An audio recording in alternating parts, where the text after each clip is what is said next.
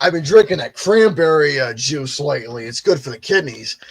And love me some cranberry juice. Well, the reason why I've been drinking a lot, again, the habit of drinking it, because lately the pop machine's been busted. So not over here. You don't need to be drinking that shit. I haven't been drinking pop. How can I drink a pop if the pop machine's busted? The only thing that's working is the fucking ice and water. So I've been drinking between that and the cranberry juice. And every time I drink the cranberry juice, it just goes right through me. And I piss. Oh, no. And I piss like a racehorse every single time. Oh, you poor up. Hello, everybody. Well, hello, the lovely lady Elwin. Hiya. So, hey, you two, how on earth are we? You know what, Gary? Not since episode, I think, 124 or so has it just been the two of us. Well, it's been a long fucking time since it's been over 200 episodes, so like 4 to 5 years. Where are the other two bozos? Well, they are on vacation and with family at the time speak, and they were at a concert throughout the whole weekend seeing Limp Bizkit and Metallica. Hey, little Eddy. Hey, buddy. And Lady Elwin. Well, anyways, yes, they're both on vacation right now. They said they went to go see Disturbed. It wasn't Disturbed. No, it was Limp Bizkit or Disturbed that they went to go see. Limp Bizkit and Metallica. Okay, so they went to go see them live. It was 2 back-to-back shows. Apparently, Peanut was having a better orgasm than he did fucking a woman. So he had a better orgasm seeing them fucking live than it is with an actual woman. So congratulations to him. And as for Alex, well, he just, he was watching wrestling during the whole concert because wrestling. No, he wasn't. No, he saw it on Saturday, which that was the day where they, he saw it later that night. Yeah, he saw it later that night, and he was able to watch both those events of Worlds Collide and Money in the Bank. And by the hey, RJB. It really is. I want to say a serious note in regards to RJB. Now, hold up a second here. Yeah, while you do that, I'm going to write something. Okay, RJB. In case you don't know. The guy in... Hold on a second. Bear with us, folks. We're kind of multitasking a little bit. So he found out in August, RGB is going to be... He's going to be undergoing open heart surgery. Oh, jeez. And he reached out to me about this, and I said, is this okay if I, just tell everybody what's going on? Yes, sure. So...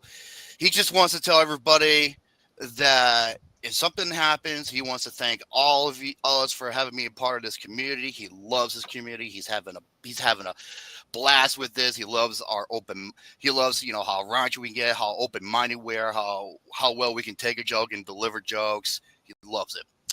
And he says, man, you guys are always entertaining and so much fun. He says, I like to say thank you to all of you, just in case if something happens. So this happens in August, and you will be in our prayers and wishes. Absolutely. Yeah, we hope you will do all right with your surgery and make it through, and all for the best. Yep. Amen to him, dude. He's a good dude. Really funny, too. Oh, hot and humid. Oh, it's going to feel like Iowa. I know that feeling. Yeesh. Oh, so by the way, I can't believe this video was released the beginning of July of last year. I came across and treat Gary right while I'm gone. That's funny. Okay, so Tanner, TannerTalks, our good film buddy, he made this video I was not aware of, and I came across it like no more than a week ago. It came out July of 2024. I saw this. I was hurling with fucking laughter. Gary, you got to see this. Unfortunately, we can't screen share it because it contains a certain theme, and I don't want to get us to get copyright. But here, Gary, I'll put it in the.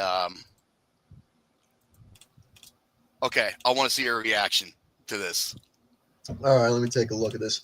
Can I have the audio on for this, or no? I can't have the audio on for this. Yeah, you'll know why. All right, let me take a look at this. I know it's Ed, and Eddy. Okay, so it's Ed, and Eddy. It's only a 15-second clip. Just watch this.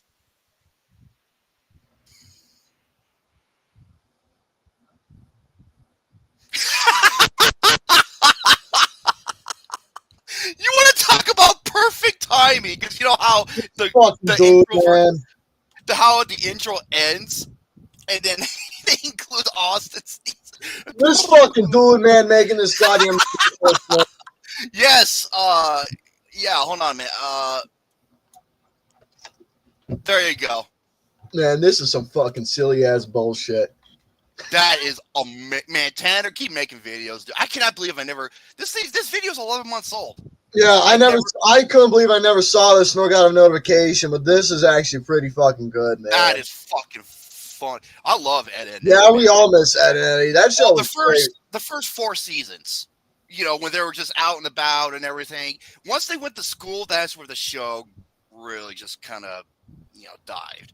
Because that was the interesting thing about Ed and Eddy, since their childhood, and just see what kind of shenanigans they're going to be going up to. And I made this comparison. Ed and Eddy is Lucas, Shane, and I. Lucas is Ed. Shane's double D, and I'm Eddy. That's like crazy. Are you farting? No, I don't have to fucking fart. I gotta close my door. Close your door. I gotta turn off the record player. The record player. And it's raining outside too. Oh Jesus. Yeah, it was actually a decent movie. Good, spin-off of the franchise. Speaking of movies, I actually saw a movie recently that was really fucking good. And I'm talking about really, really fucking good to where you said it was fucking awesome, actually. Oh my God. I went in this movie with a complete mind. I'm not going to talk much in details because this is one of those movies that I want people to see like blind, not knowing exactly what the movie's about, what the story is, and the only thing you need to know technically is like who's playing in it, who's playing in it technically. And this movie actually had a decent little cast in it. You had Michael B. Jordan, who's always a pleasure to see in certain movies. Oh, Sinners. He played in a few movies that I liked. He played in the Creed movies. He played in Black Panther. I think he had a. He's been in almost every single Ryan Coogler movie. Alex, my boy. Oh, gee. Alex, he's the goddamn. The show is ugly without the Putnam brothers. Well, you two decided to play hooky and go on vacation, so now all you left is. They're with family. Shut up.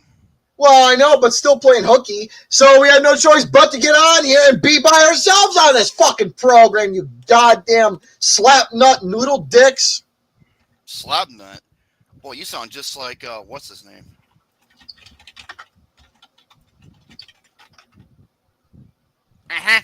Slap nuts.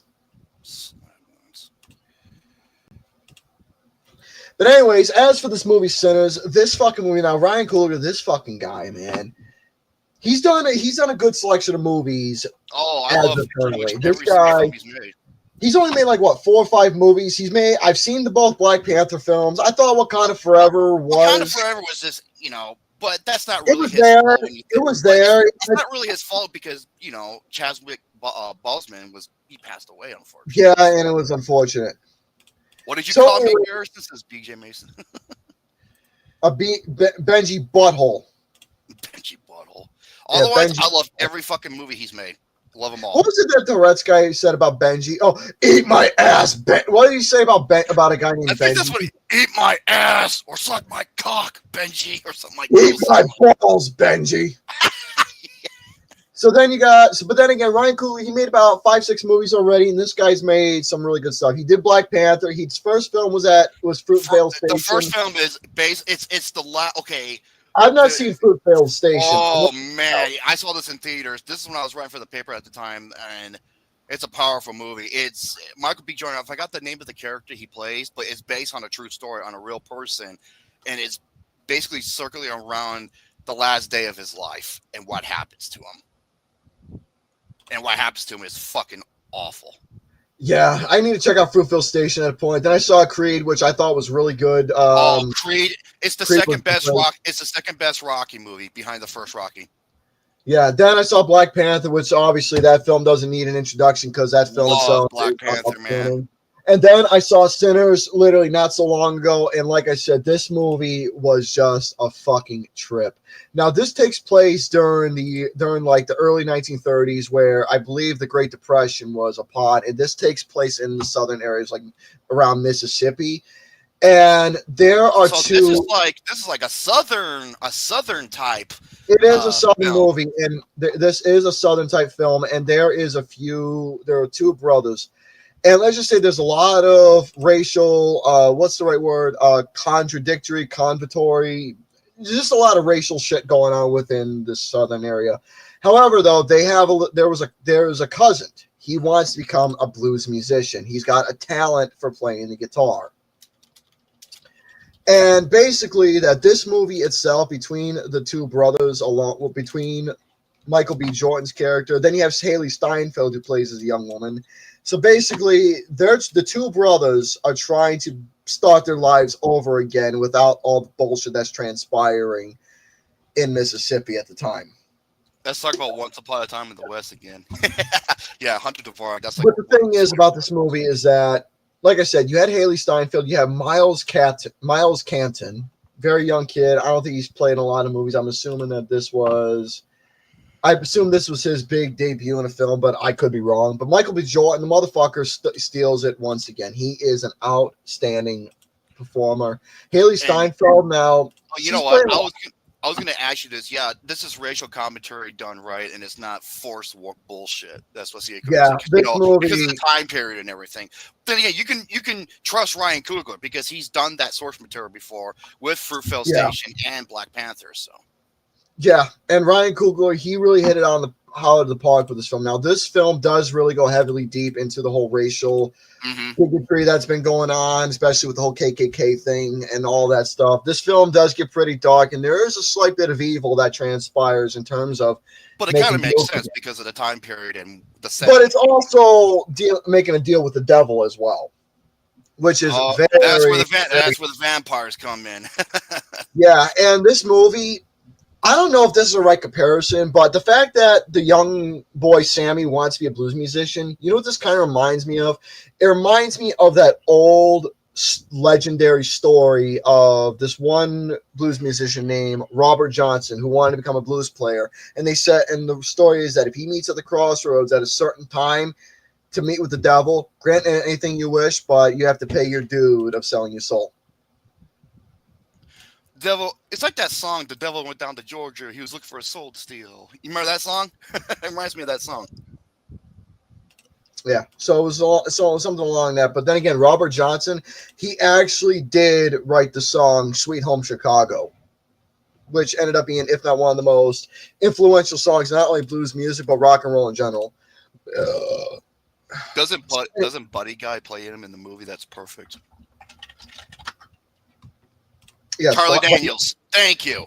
Charlie Daniels. That was the song I was thinking of. Buddy Guy is in the movie. I'm not going to say what his plot is because let's just say it's very interesting of a role that he does. It's not long, but it's a very interesting role.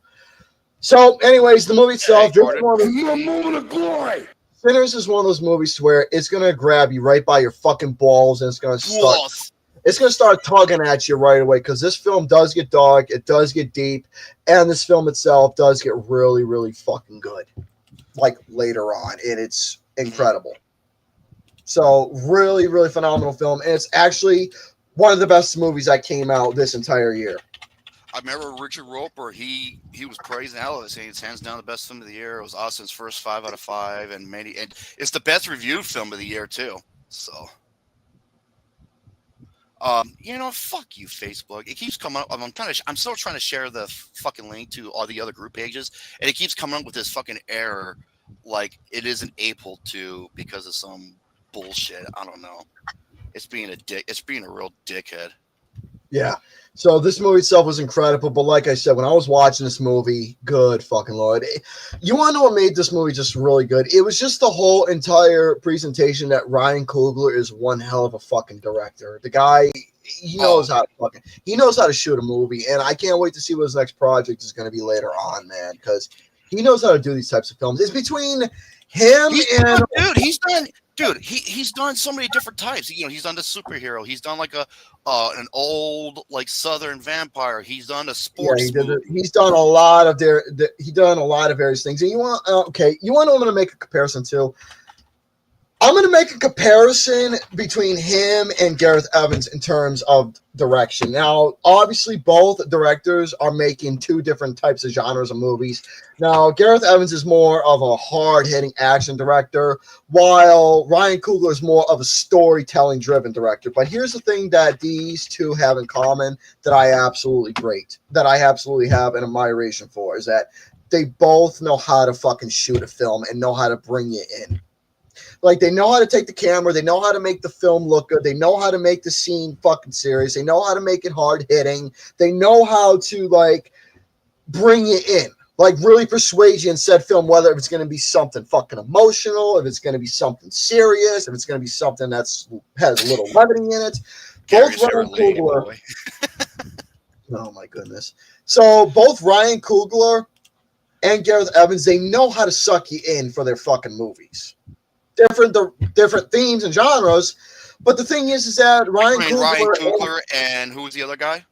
Gareth Evans. Sure, they both do different genres. They're totally different, dude. I know, but I'm just saying that both directors equally know how to bring in the film. I would compare him to what's the guy who did Nope and Get Out and Jordan Peele.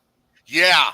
I would compare him to him. I know it may not sound proper with Gareth Evans and Ryan Coogler, but the reason I'm making the comparison because they both know how to bring you in with their films. Oh, okay. They know how to suck you in.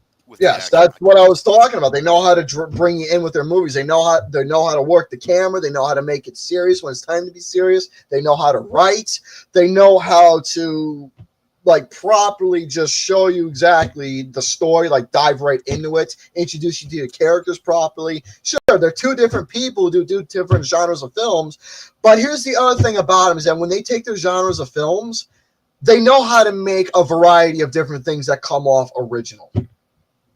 Sure, source materials on certain things, but they know how to make it present it like it's an original film. Right. Both fucking directors are amazing. Oh, I guess that's enough of the movie. I said it before. I think Gareth Evans is the best action director working today. No one's better than him. He is. I think Ryan Coogler right now is one of the best story-driven directors. I think he's one of the overall best filmmakers in general. Right now, especially for up and coming directors, yeah, like he's been in the game for over 10 years now, and yeah, he doesn't really have a big library of films, but when he releases a film, he's got about, like I said, about 5 or 6 movies that he's directed, and he basically makes his movies whenever he wants to make something. He wants to make it special. It's kind of like what Christopher Nolan does. He wants to make his fucking movie special, not a big library. Not a big library of films, but he knows how to make them fucking special. Nolan does the same thing. He makes all of his a good portion of his films fucking special.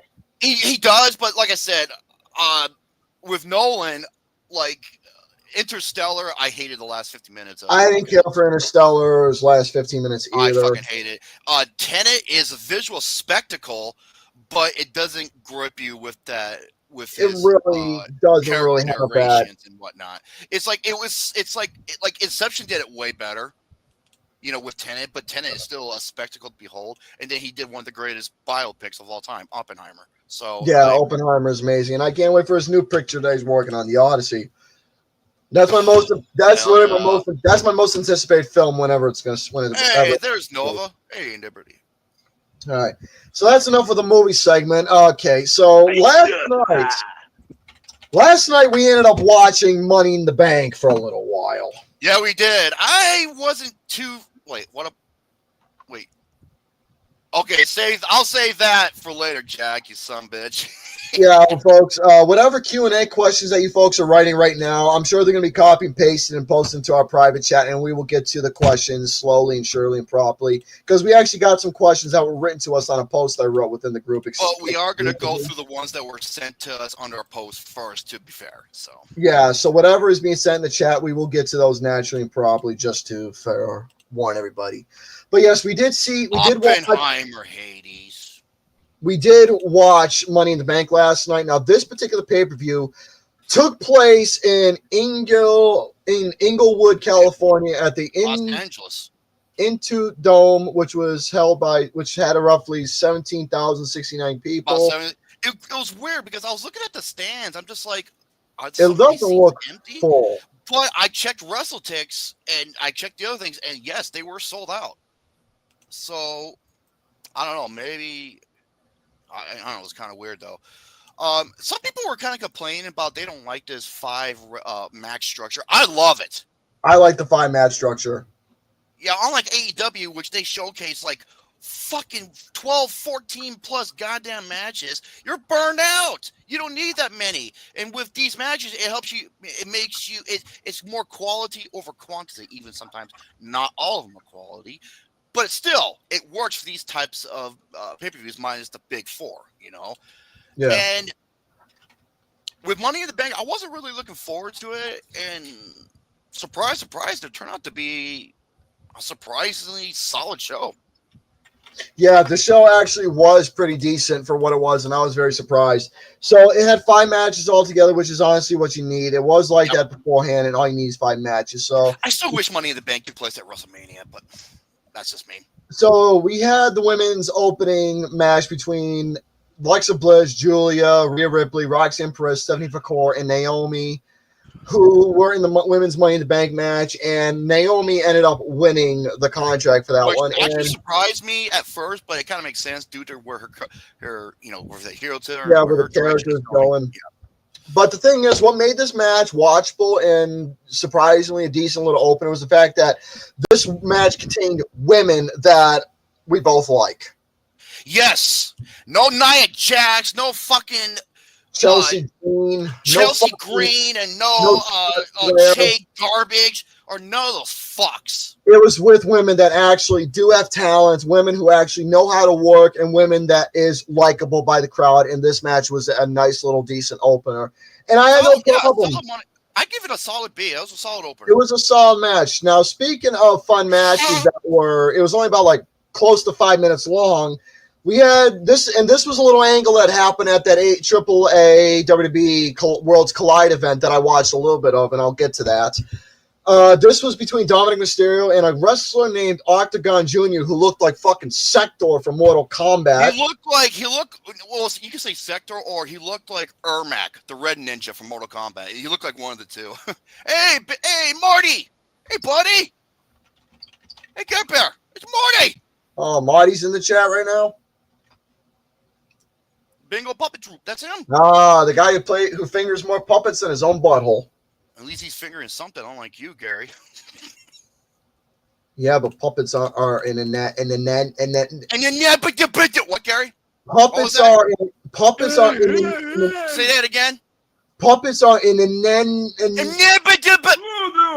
What? Puppets are in a nen.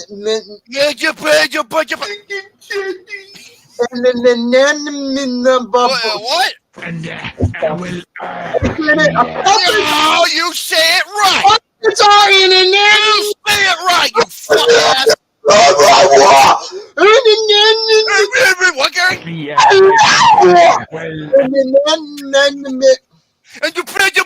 What, Gary?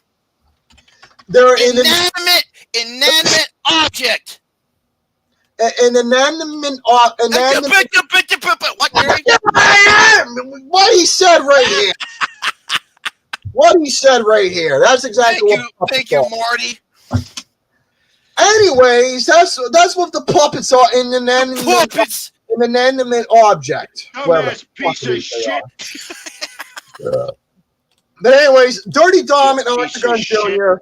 They actually had a little bit of a class of a decent. It was like a opener cruiserweight match you would see in classic WCW. Yeah, and going through all the reminiscence of all the classic WCW guys, you had like Eddie Guerrero, Chris Jericho, Juventud Guerrero, Super Colo, Silver King, Ultimo Dragon, Rey Mysterio Jr., Jushin Thunder Liger. I don't know if he was cruiserweight. Psychosis, Super Crazy. Psychosis, Super Crazy. I think Tajiri to a certain extent.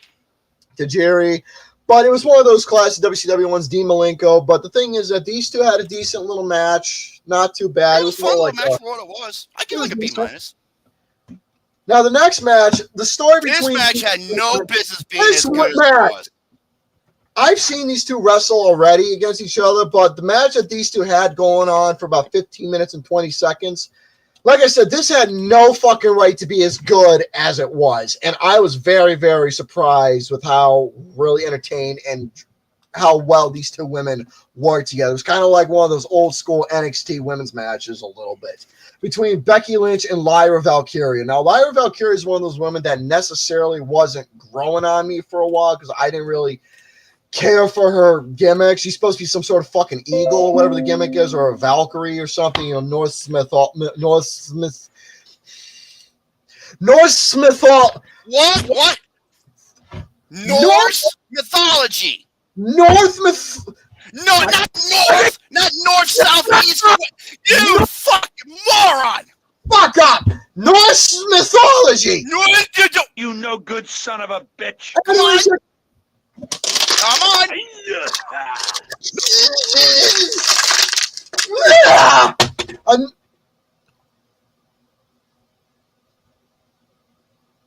No way that just fucking happened. That's like the greatest bottle flip I think I've ever fucking seen.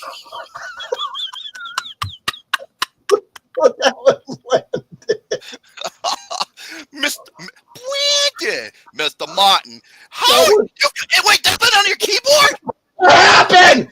That was not supposed to happen like that! God, that was not supposed to happen! I gotta watch the replay on that. Oh my god. The cream with a Holy shit! I can't believe that. Because Marty brought up something that led to Gary try to pronounce a certain word. That's what I was wow, I can't believe that was caught. I literally that landed on your keyboard. It landed literally right on the fucking keyboard.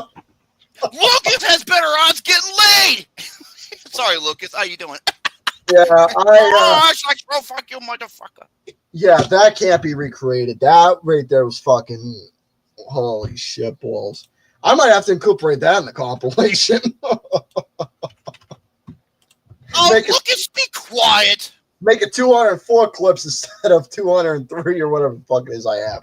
I should add that in the compilation. You still haven't clipped the your 10 favorite Blues Clues episode. You mentioned you wanted to clip that and make that into it because you were laughing throughout the whole thing. Did, but you know how it is. I got a lot of shit working on. Shit.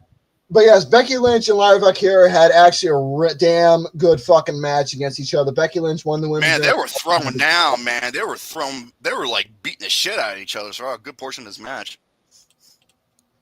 Yeah, so definitely a really good match. Now, the men's Money in the Bank, which was 33 minutes and 55 seconds.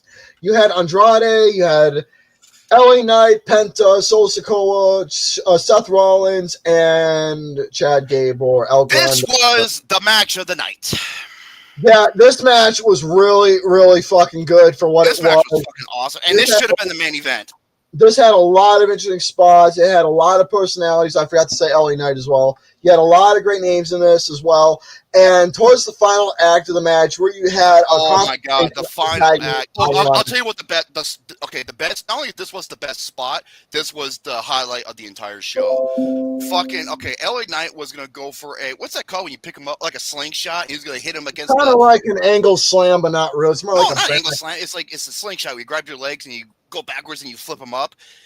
He was going to hit him into a ladder. He's like outside next to the post, but there's a ladder leading up to the post. And instead, crashing into it, Americano, Chad Gable, fuck off with that stupid shit. He was climbing up on the fucking ladder, and then he grabbed onto his another ladder that was leading onto the top of that turnbuckle, and kind of did like a pole vault to the other ladder, and he had that thing in his that plate, and he headbutted Penta. He goes flying, and all of a sudden, here comes LA Knight, hauling ass, grabs him from near the top of this big ladder, and fucking back suplexes him. I was just like, Yeah. holy shit!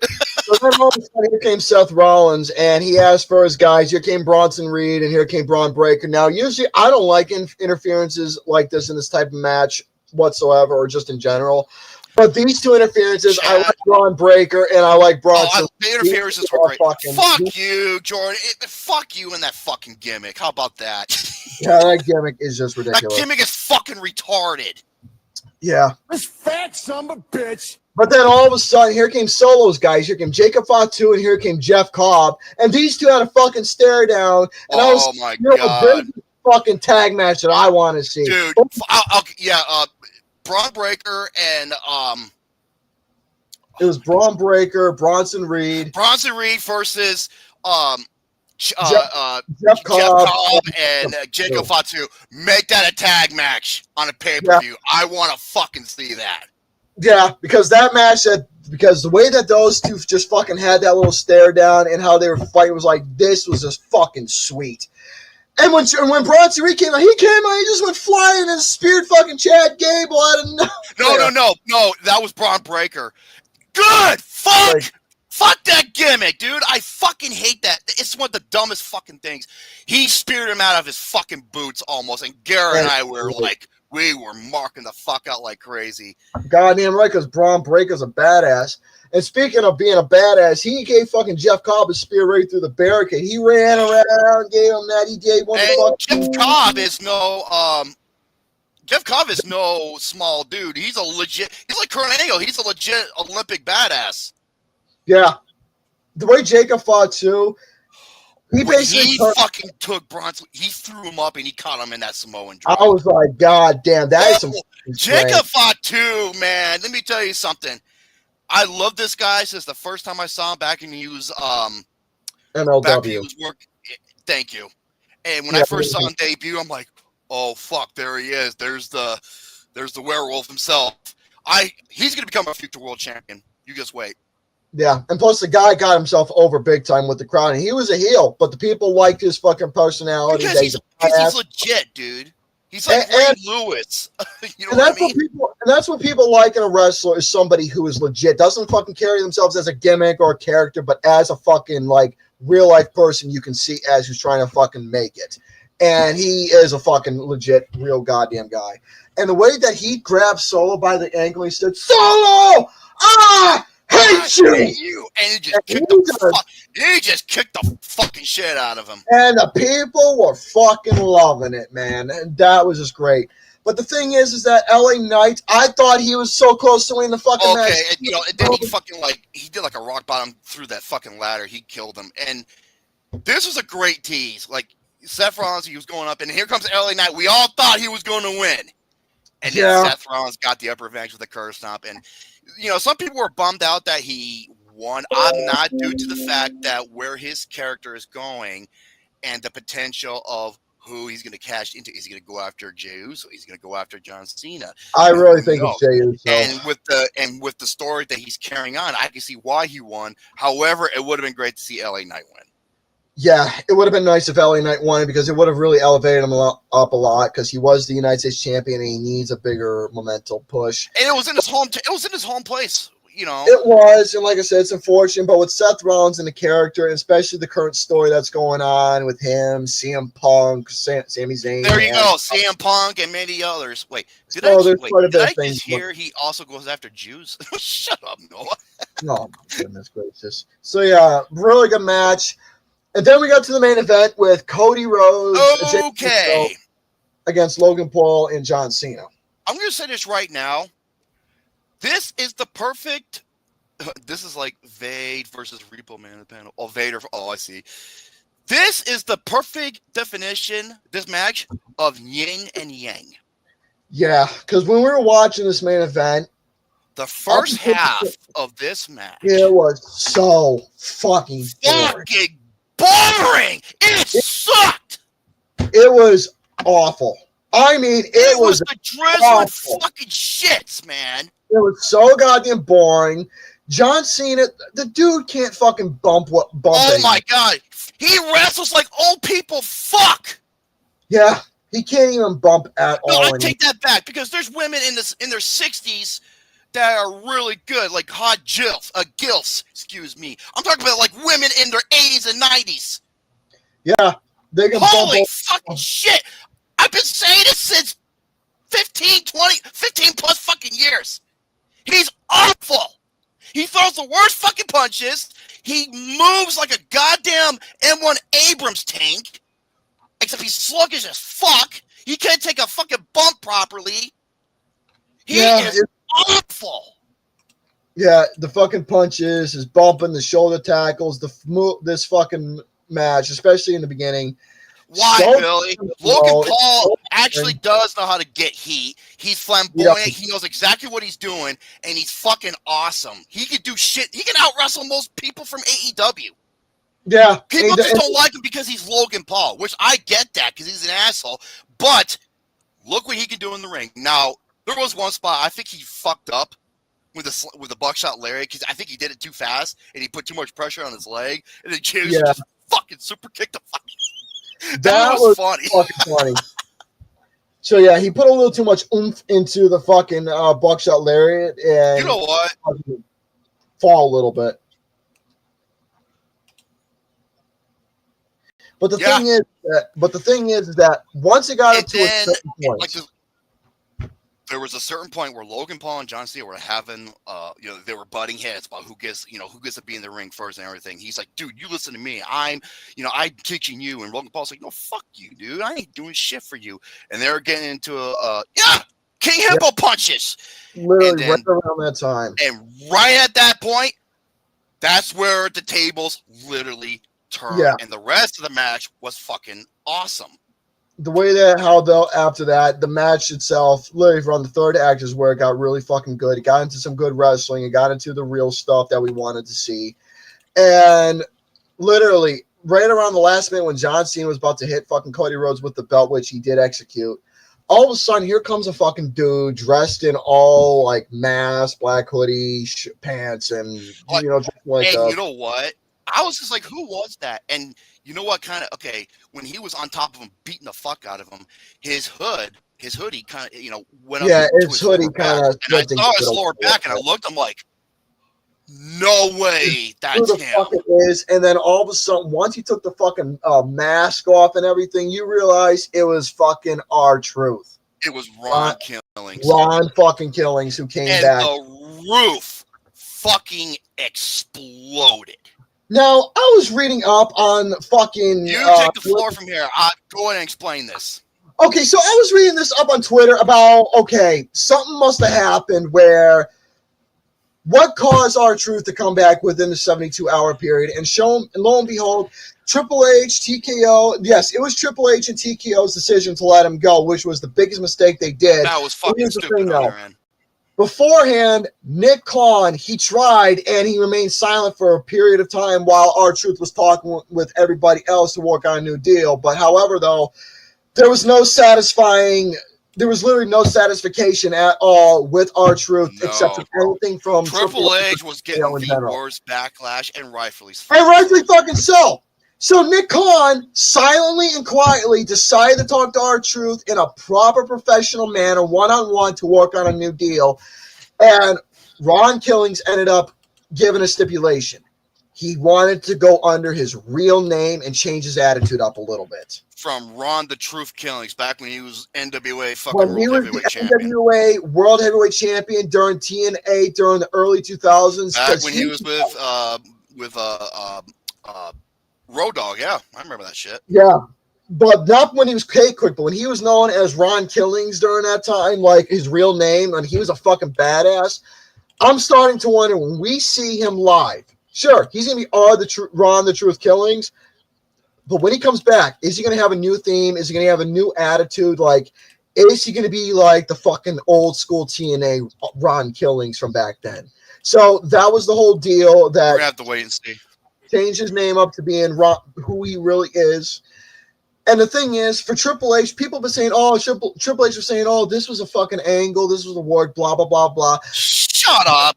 Biggest fucking lie that Triple H can go on and say. The real reason Triple why... H, stop acting like a fucking egot. See, I have a love-hate relationship with Triple H. Or sometimes I hate him. This is not part of the show. No, Ron Truth. The Truth, Ron Killings, and his son admitted that this was not a fucking work at all. No! This is my fucking thing that was turned into an angle for the show to bring him back in. The thing is, the reason why he was brought back is because of all the fucking backlash from the fans and his co-workers in the WWE, to where the main champion himself was saying something. CM Punk was saying something. Roman Reigns said something. Everybody was shitting on Triple H and TKO for letting go Ron Killings. Now, don't get me wrong. No, but you're fucking horrible. You know what he said? I have my own stage name when I become a wrestler one day. I call myself Triple K.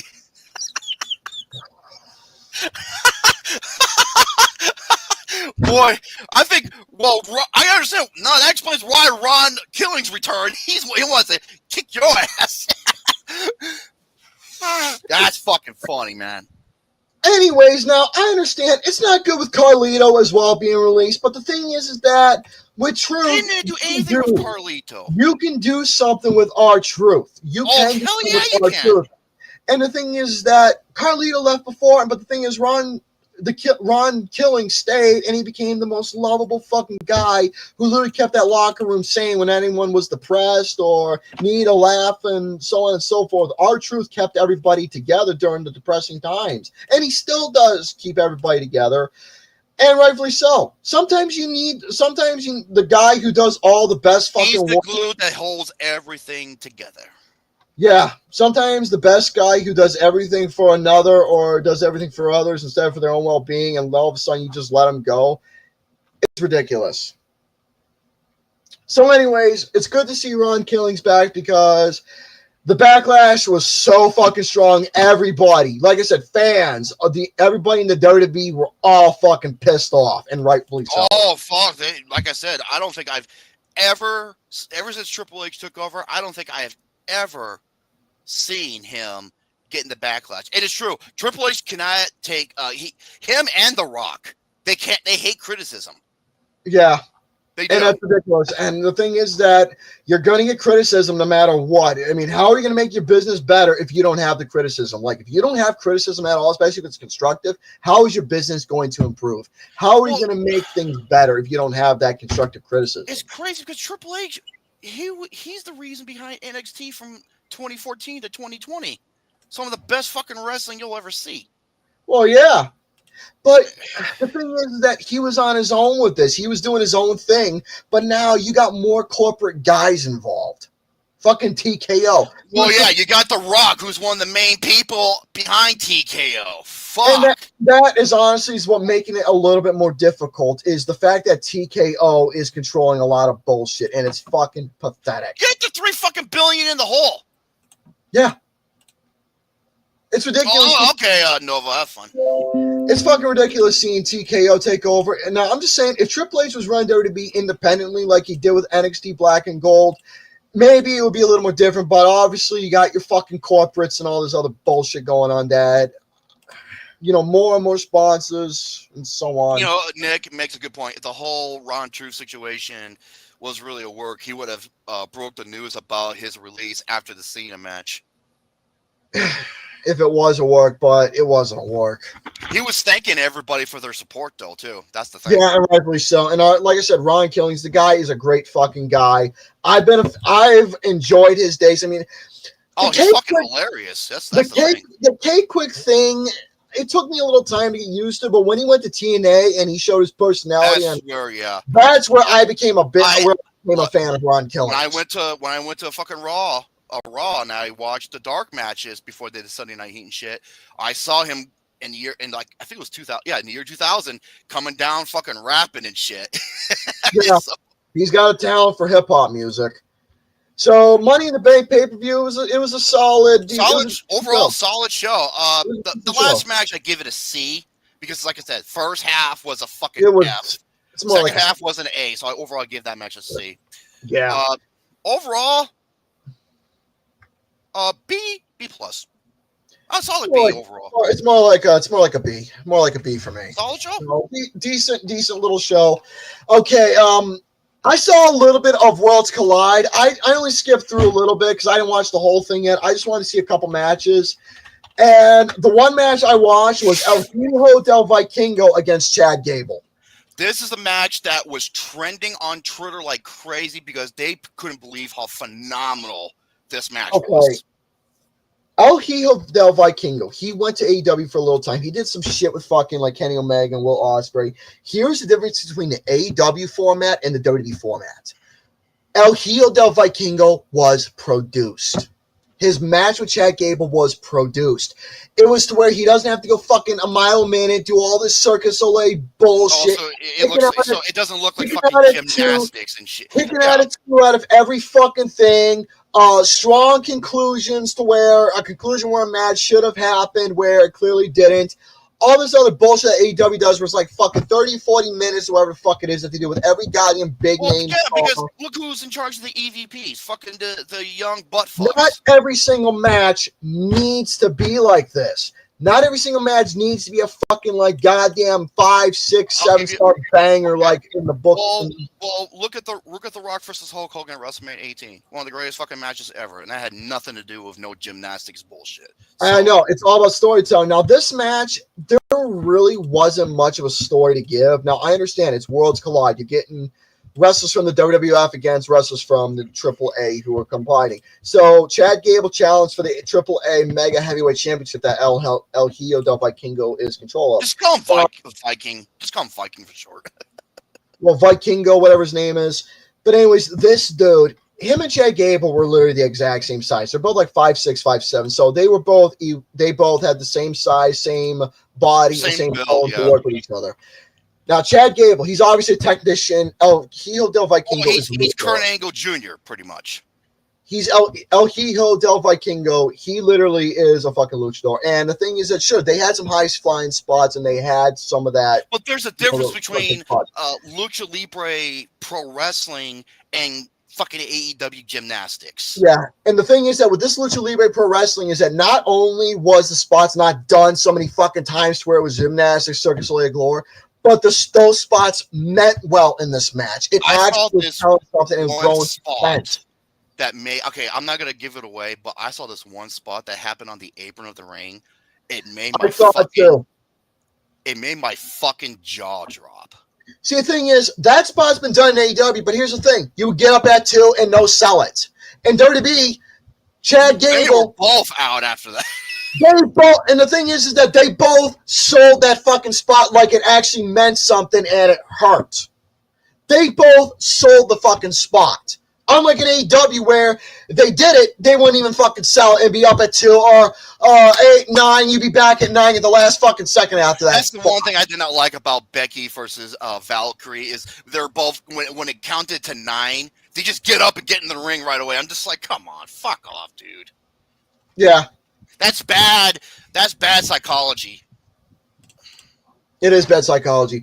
So, with this match, though, like I said, this match was produced. These two added so many different technicalities of wrestling involved. There was the Lucha Libre style. There was some high flying. There was technical submission. There was also some fucking catches can a little bit. There were so many different things of wrestling going on where these two were literally taking the Worlds Collide of matches and combining it together. And Chad Gable, this is like the second or third match where I was really impressed with him. Like, he's really coming in. But Chad Gable, he doesn't need this fucking stupid. He don't need the fucking El Grande Americano gimmick. I know some people are having fun with it. I'm It's fucking retarded. I hate the fucking gimmick.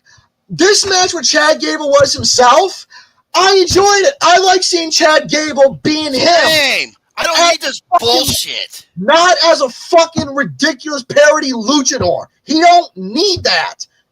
He never fucking needed it. You want to know what I would have done with Chad Gable? I would have booked him as something like Kurt Angle, but with a little difference and a little bit of origins, where he's Olympian trying to become serious and a bigger talent. Go for an Intercontinental similar to like Big E when he came out and he's put the chalks in his hands and he's slapping, he's ready to kick someone's fucking ass. Something like that.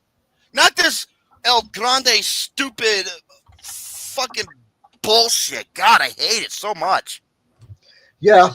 So I'm tired of the fucking. Hey, Alex, fuck off. I'm tired of the fucking El Grande El Americano gimmick. It's ridiculous. I like watching Chad Gable wrestle as him. So this match with with Vikingo and Gable was outstanding. I absolutely thought this match was fucking great. Yeah, they said this easily stole the show. If you want to add the gymnastics or that type or the luchador style, if you want to add that, have some production. There's a difference between gymnastics and cruiserweight / lucha libre pro wrestling. Because at least with lucha libre pro wrestling, it's still fighting to a sense of degree. Unlike gymnastics, it isn't. Yeah. So with this match, though, I didn't care I didn't even like Vikingo when I saw him in AEW, when I saw a little bit of him in AEW, because I was getting fucking tired of that type of booking. But now, since he was in a professional atmosphere that was produced and where he can do something and learn a format to work with somebody from that organization who can help lead him as well, I was able to buy into Vikingo watching this match. And like I said, I wrote this down my best of the year. Okay. This match was really fucking great. I'll get to it whenever I get the chance. And thank you, Lady Aaron. She sent me a question for later on. And fuck you, Facebook, for not letting me. I only did 7 out of the 13, 14 shares that I usually do. But as for what else we have, you better get to hey, YouTube, go fuck yourself. You sabotaging our fucking viewership. Last week, you pieces of shit. Going over that. Yuna's been getting a lot of fucking praise lately, and this guy's been wrestling in the AAA organization for a while, but since this is the first time he was introduced to a mainstream audience, people have been going nuts over this fucking Mr. Iguana guy. Hey, well, think about this. Back in the 90s and 2000s, they made some good games like Turok and Turok 2. He looks like if Earthworm Jim became a character, like in wrestling. Gary. What? That's an iguana. Earthworm iguana. What Earthworm iguana?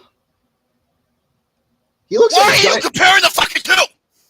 He looks like the same. One's a little sleepy, slimy, wormy, crawling motherfucker, and the other one's a reptile. Slippery, slimy cucumber. He looks like a giant pickle. He looks like a pickle! He does look like a giant pickle! He looks like fucking Reptile from Mortal Kombat. You know, well, I mean, he has a name Iguana in his name, so he's a reptile. I mean, look at him. He looks like a fucking pickle. They should call him Happy Pickles instead. Happy Pickles. Folks, this is why I'll never eat vegetables the same again, or look on the same again. It's time to kick ass and chew bubble gum, and I'm all out of gum. So I have two big topics. One of them, what? Okay, remember how there was the top 10 list from Letterboxd? Well, Lyndon, Lyndon sent the link where it contains the top 100. Let's go over the top 10 at least, but some of the... okay, now, yeah, Letterboxd. Oh, I so love fucking Letterboxd. Letterboxd is pretty much like an off-branch of film twats or film Twitter. I call them lettercocks because these delusional, jaded, biased modern Gen Z motherfuckers are just that. They are so biased and so jaded towards a certain narrative when it comes to fucking movies. And it's let me find. I fucking hate these people. I fucking can't stand them. Thing. Oh, I got it right here. Oh, I want to look at it too, so let me find it. Here it is. It is the best picture nominees with the most fans. And what they have on here begs the question of, do they not do their fucking research? Well, after I saw what was in their top 100, they somewhat did, but their order and what they had on there was just embarrassing. And of course, the fucking lettercocks assholes on there were eating this fucking list up like it was ice cream. I like Fucking ice cream. dude. I like ice cream. Hey, Lady Aaron. No. I'm gonna say something. You fucking better. No, you be nice. I'm gonna say something about. You I'm gonna say fucking something. nice. I'm never nice. I will kick your motherfucking ass. The other day, I Gary, was talking to a couple people. Gary, watch your fucking tongue, boy. I was at the shift. I was talking to a couple of the servers, and it was just a conversation about potatoes. And then all of a sudden, one of the girls came up to me and they said, "I like French fries too, Gary." And you know, I said, "Well, that's very nice." I went back to my regular conversation I was having with the other girls, being a total dick about it. Dude, everybody's so fucking. Everybody's so goddamn used to me. Like I said, Gary. You talk about going over a certain film, saying something, Lady Aaron's putting her fucking foot down, and then you're talking about fucking potatoes with random women. I'm just making a comparison. What's the matter with you? What's the matter with you? If you don't be quiet, I'm going to turn your butt that looks like a potato into hot butter mashed potatoes. Now hush up. Would you like a lunchbox that has Snoopy on it? That has what on it? Snoopy. No, Garfield. Yeah, lazy fuck. The lazy fat fuck. Oh, like you, Romy. Yeah. Oh, dude, I fucking hate Letterboxd. And now, it's the best picture nominees with the most fans. Now, I'm just going to read numbers 10 through 1. I'm just going through this list really fast. No, not best picture winners, best picture nominees. And here's what they have. Number 10 is The Shawshank Redemption. That's number 1 on IMDb. Number 9 is Pulp Fiction. These two films belong on this list. No Felix the Cat. All right. Number 8, Good Will Hunting. Great movie? Yes. Top 10? No. Number 7, oh my God. And this was Film Twats and Lettercocks love this fucking movie to no end, and I don't get it. Call Me By Your Name. You know what's weird about this list? 6 out of the 10 films on this list came out within the last 10 years. It's so fucking modern. Yeah, Call Me By Your Name is one of those movies that honestly, it's one of the worst fucking. I'm sorry, that movie promotes. I'm not even gonna go into this shit. I don't fucking get why people like this bullshit. Number 6, this movie's a masterpiece, but I wouldn't put it in the top 10. Number 6, Parasite. Once again, 2019 came out recently. Number 5, I know a lot of people love this movie, Whiplash. Yeah. Number 4, Little Women. The fucking the king of the hipsters. I didn't care for that movie. Fuck that movie. Number 3, okay, but in the top 5, Everything, Everywhere, All at Once. Another fucking modern movie. No. Number 2, great movie, but top 10? No. Dead Poet Society. It is a good movie, but It's a great movie with Robin Williams, yes. But top 10? No. And number 1, La La Land. You want to know what the crazy thing is about that movie? I was taking with La La Land. I was taking a poo while I was singing La La. Gary, Lady Aaron, you have my full. No, Gary. I will fuck you up, Gary. When I was at work here seeing this fucking list, I was literally going poo. I was literally pooping when I was reading this list. Okay, and you know what? Best Picture nominees with the most fans. And this is fans from the Letterboxd goggles on, okay? If you want to go by films that really has like the most fans, where the fuck is, okay, for nominations, where's Jaws? Where's Star Wars? Where's the Lord of the Rings? Star Wars. Star Wars. You know, sure, I think they were on, it was on the top 100, but I couldn't believe what was on the top 100, especially the order. Like, where was, Casablanca? The Godfather was like number 13 or 15, or Goodfellas, or Jaws, Lawrence of Arabia. I don't know, Raiders of the Lost Ark, Rocky, Saving Private Ryan, Schindler's List. Those are all fucking nominated Best Picture qualities that have more than every right to be on most of these fucking picks that are on this goddamn list. Ben-Hur, the greatest historical epic ever made. Yeah. Fuck this list, dude. I'll go over the top 100 next week.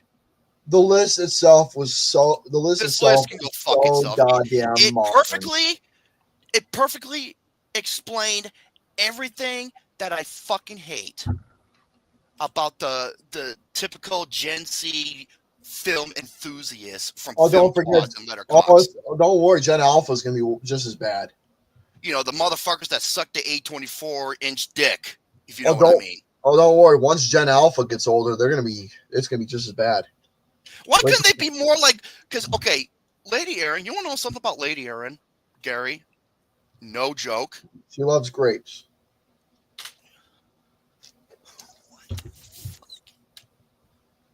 What's wrong with grapes? Where the fuck did that come from? Well, you said you want to know something about Lady Aaron, so I'm just guessing she loves grapes.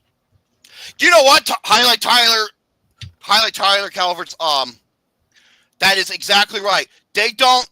Well, they have some films in their top 100, but the way they are labeled and everything is awful. The Silence of the Lambs. You know, now, Lady Aaron, let me tell you something about her. She knows film history like Eric Lima knows wrestling history. You're not going to believe it. I thought she liked grapes. You know what? I have an idea. I don't know how we can make this work. Now, Lady Aaron, I don't want to put the spotlight on you, but I just thought of this right now. Because, Gary, I know you know your film history as well. I'm not that fucking smart. I want to do a Stump the Dumb Shit on classic film history between you and Lady Aaron. How would that work on this show? I don't know. That's the thing. Like, how would that work? Speaking of Stump the Dumb Shit, don't you have a game for me? So that's it? You're just going to turn it down just like that? This was a great idea. You're just like, yeah. I'm not saying anything about turning it down. Oh, shit. I mean, I got no problem with my ass getting smacked by a girl. I have no problem with that. I'm just saying. Oh, she ain't going to smack you. She's going to Marcus Phoenix curb stomp the fuck out of you. I enjoy spankings too, so I can take that. Look, I have no problem with my ass getting humbled by a fucking girl, man. So I'm like in between. Look, I have no problem and Melania. I'm like right in that section. I have no problem. I have no problem with doing it. It's all up to her if she wants to do it. You need to do some research. When we had that talk, lady, like we were going over the AFIs. See, this guy's the best actresses and actors of all time. And when I first mentioned a certain actor, she knew like almost most of the history, the films they were in, and all that shit. I just sat back and looked at Lady Aaron. I was just like, we need more people like you from Gen Z, for the love of Christ. But you know why? She's the diamond in the rough when it comes to Gen Z. Yes, Gary, you got something to say? You got something to say, Gary? Dick. You know, if I had that opportunity of asking her out on a date, I think her. Go! You stay the fuck away from her. No, that's not happening. That's what's gonna happen. That's what's gonna happen, Gary. One of the most. I'm gonna be John Goodman from Big Lebowski. You're about to enter a world of pain. I'm literally the most. You are about to enter a world of pain. You're one of the most harmless fucking people out there. Do you want to be put in a coffee can? Let's put coffee can Maxwell. I am one of the most harmless.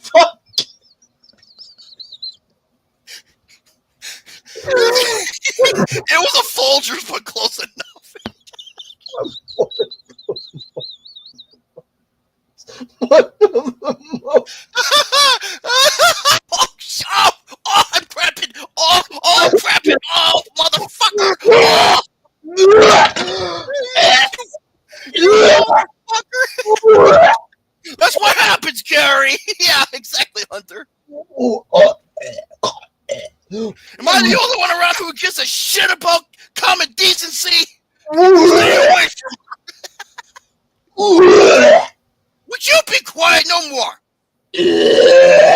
Oh my God. Okay, that's enough. Be quiet. So that's that. Alrighty. Wait, the day gets a date with Lady Aaron, the day that honors us return to Earth. Well, that's not true, C&CK Coogler, because you look like one of those boneheaded retards anyway. Hey, Romy, have you decided what you wanted for dinner tonight? Well, I just had lunch. I had the rest of a burrito and something else. So, okay. So, the other thing I have, oh yeah, thanks to William the Conqueror and Lady Erwin, the worst live-action Disney films that are not remakes. What are you giggling about now? Look what I wrote in the chat.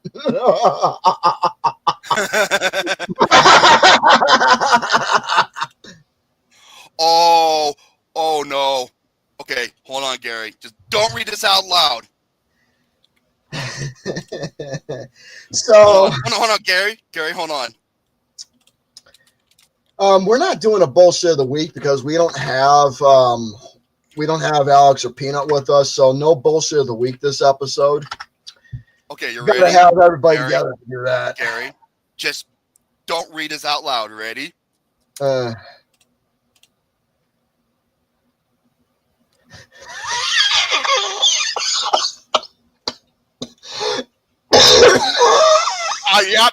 we're going to fucking hell. Oh, people wanted us some bullshit. Yeah, but we don't have Peanut or Alex with us, so well, even Alex is saying that's bullshit.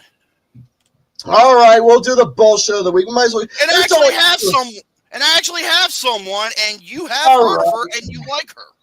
All right, we'll do bullshit of the week, but it's only two of us, so might as well get no, Lady Aaron. Far from it. Trust me. No, this has nothing to do with you. No. All right. So. Jeez, we're going to fucking hell, aren't we? I accepted my fate a long time ago. I'll go over this one because I'll say this one. She's a redhead, but I'll save this for next week when Austin shows up. Okay, I'm going to do this one for you, Gary, because I think you like her. This woman from Boston, she is a Scorpio. She has 32J real boobs. She has some of the nicest boobs I think I've ever seen.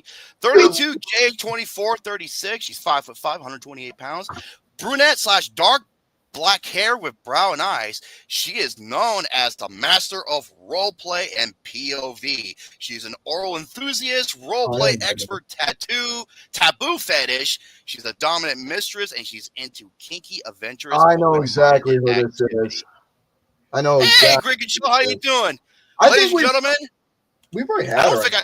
I'm not even sure if I went over her or not, but this woman's name, Larkin Love. Not her.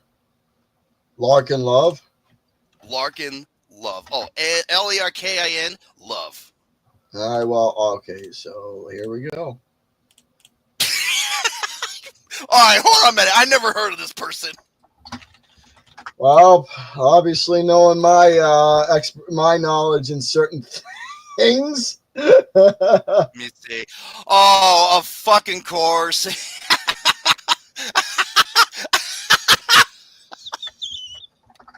Dude, I see a position. She's like on the couch, like on her back, spread eagle, and the dude's banging her while her slung's like.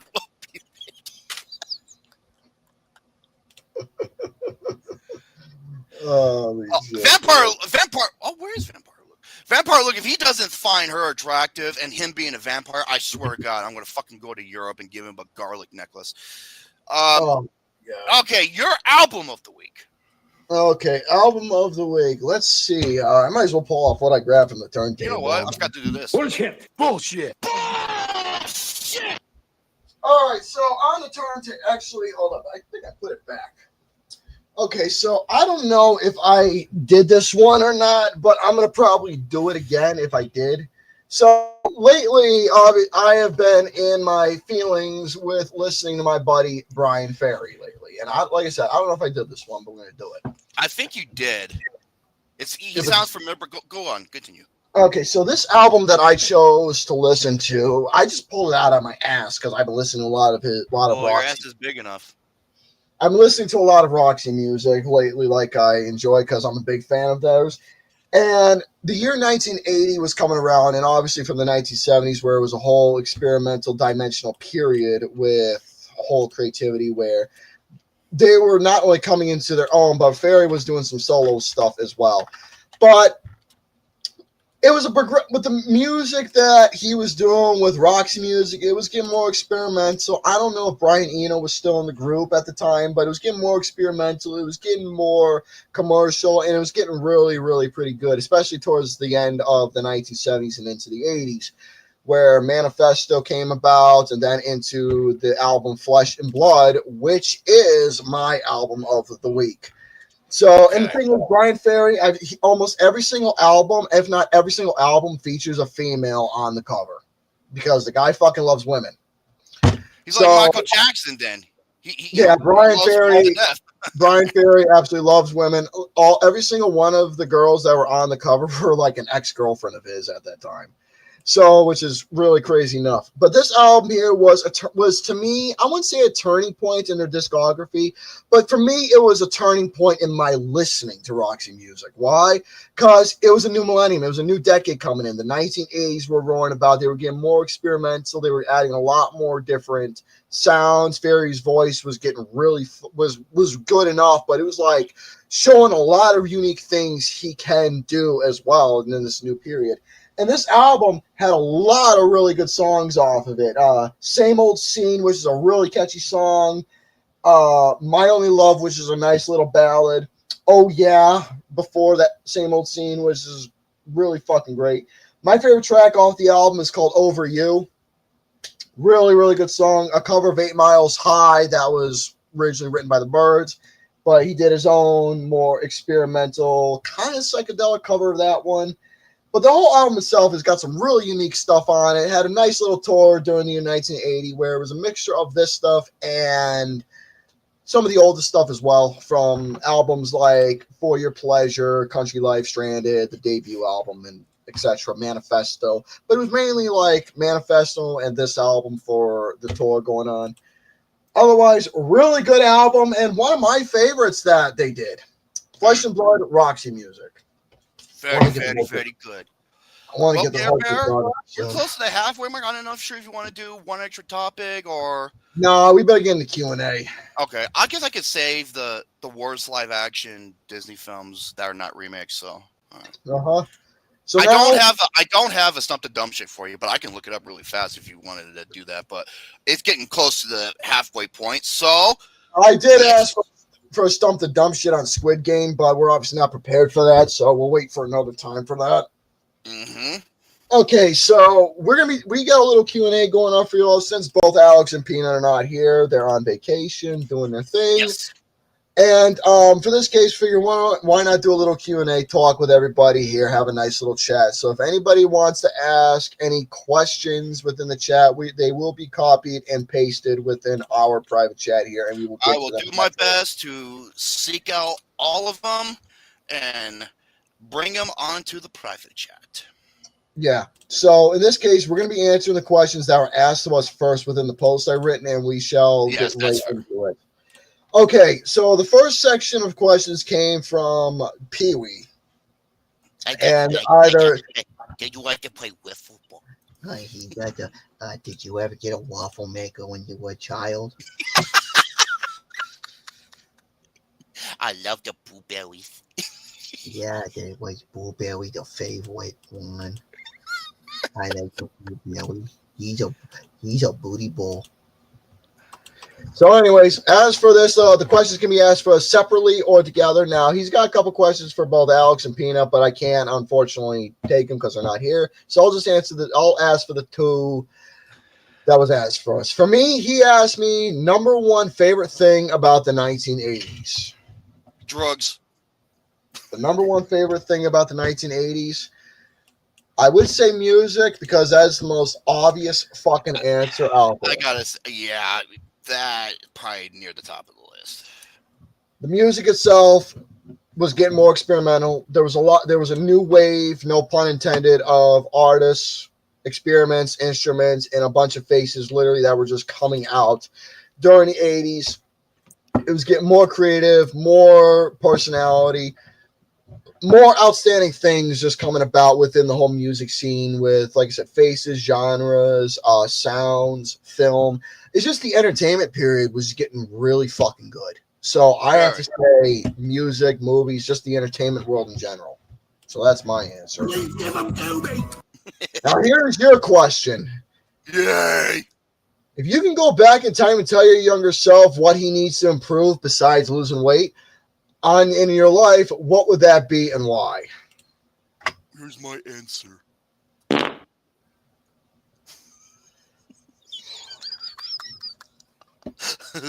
Oh, I'm sorry, I didn't go into details here. Here's some little extra commentary. Okay. Okay,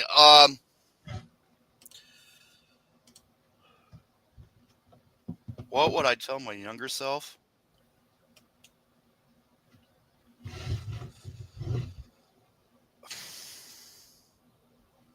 Tell me. I don't know. Honestly, don't know. Well, I wouldn't know that answer either. I think I know. Go on medication earlier than what you did originally. There you go. That's honest God's truth. Well, all righty. I probably would have done a whole lot better. I know that sounds kind of like really, but no, honest to God, that would probably be it right there. Yeah. All right, here's C.A. Coogler. Now, here is my questions. For Gary, you've beaten Romy at several games in the past. Which one was your favorite moment? Doesn't exclusively have to be in BOFAS. My favorite moment actually wasn't recorded at all that should have been. It was fucking Monopoly. Oh, my God. That was the third Monopoly game. We didn't record it. That is one of the videos. Gary and I were just like, what the fuck? Why did we not record this? Because it was so fucking great. I landed on that goddamn fucking go to jail at least 15 goddamn times. Gary laughed so hard. I thought he was choking. He fell out of his fucking seat too. Like literally, and he was still fucking laughing. And that was great shit. Lady Aaron, if you want to listen to more 80s stuff, I recommend First Wave on Sirius XM as well. First Wave. Go ahead. Yeah, that fucking Monopoly game was one of the funniest. It was one of the funniest fucking things that ever happened. And this was not the board game. This was the video game. So think about it. It wasn't Gary fucking with my pieces. And that goddamn NES board game, I landed in that motherfucking jail so many times. It was crazy. It was the funniest. Oh, motherfucker. Talk about bad luck. And so, you know how did Gary beat me? He bought Boardwalk and Park Place. I fucking landed on a piece, on a place. It told me to go to Boardwalk, and I lost all my fucking money. Yep, and I ended up winning. And I ended up winning that game. So that right there was the easiest one. Here's my next question. The three buffoons you host the show with, you host this show with, have given you quite a lot of grief in the past. So here's a little will you push the button scenario. The three of them stop annoying you for good, but Asian women no longer exist in real life or online. Everything regarding Asian women disappears forever. Do you push it? Why or why not? So okay, so the three of them stop annoying you for good, but Asian women no longer exist. Yeah, it's like, okay, you want us to stop? Well, then Asian people won't exist.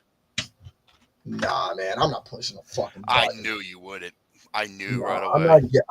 I'm not pushing a fucking button, man. That would be just Because Johnston loves Asian women. He's like, fuck no. no, I ain't pushing no goddamn button. That is like the most ridiculous thing that I probably would have ever done. So, and plus, it'd be more fucking punishment on me if I got rid of the Asian women. I'm man. not sure, Taz. We'll just have to wait and see. But I'm not sure. If All I'll right. Here's your questions that C&CK Coogler gave us. get to All right. Have you seen Queso's fattest moments? If so, what's your favorite part of that video? If not, what is your favorite Queso moment in general, and why are you two literal twins? My all-time favorite is when he was going over the Queso news media sections, where people make like a news section about Queso. You know, they use the voiceover of the AI. It's like a news station going over what Queso did, and it's like broadcast on the news. And he talks about going to Queso just broke a world record. He broke the pancake extreme challenge from Pancake Home. He ate about 36,000 pancakes in under a minute. And then comes the best part, and I made it into a. It's where is it? He did all of this for a hat that says pancake on it. I saw even Queso died fucking laughing. That was the funniest fucking. That was honestly one of the funniest fucking bits out there. The other ones is like when Queso like fucking rages. When he fucking rages playing games and he gets gets the shit scared out of him, or where people keep sending him text messages of funny like names like Notorious BLT or Snoop Hot Dog or you know. All right, here's your Queso, man. Here's your second question. Here's a little would you push the button game. Adam Sandler, John Cena, and everyone you hate with a burning passion disappears forever, but so do cats. Do you push it or not? No, hell no.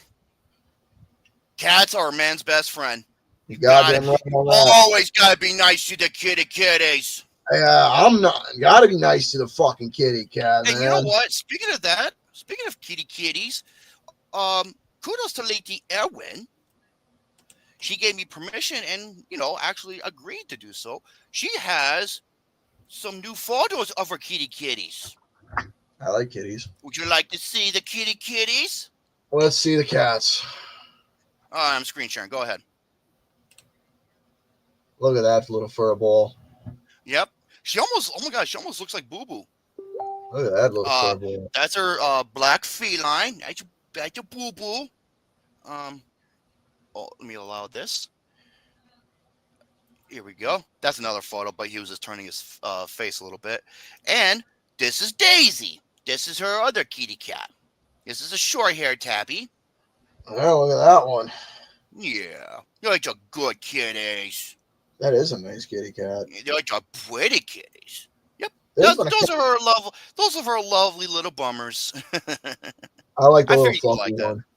I did like it. Like I said, I always prefer the long-haired ones too. That's just me though. But Andy Cat's adorable. Yeah.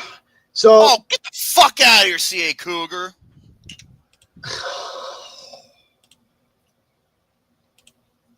I'm sorry, but kitty cats are, like I said, they're the real man's best friend, dude. I'm not giving up cats, man. They're fucking. No way. I'm never giving up cats. They're just little fluff balls, bundles of joy. They really are. Okay. All right. Here's some questions from Soren. Oh, Soren. Here's fucking Soren. All right. There's a question for me. What would your ideal 80s-esque movie soundtrack be like regardless of the plot or genre? Okay, so it's like the movie Purple Rain. Okay, so no matter how good or bad the movie is, my fucking idea for a movie soundtrack in terms of story, it's going to be nothing more but an 80s new wave, new romantic soundtrack, because I want my story to be like a coming of age sequence that is Kind of like that. What's that movie that came out? Drive It Like You Stole It. Kind of like Drive It Like You Stole It, where it is not more but an 80s original What's that inspired film. What the fuck is that Not movie called? God damn it. Sing Sing Street. Street. Thank you.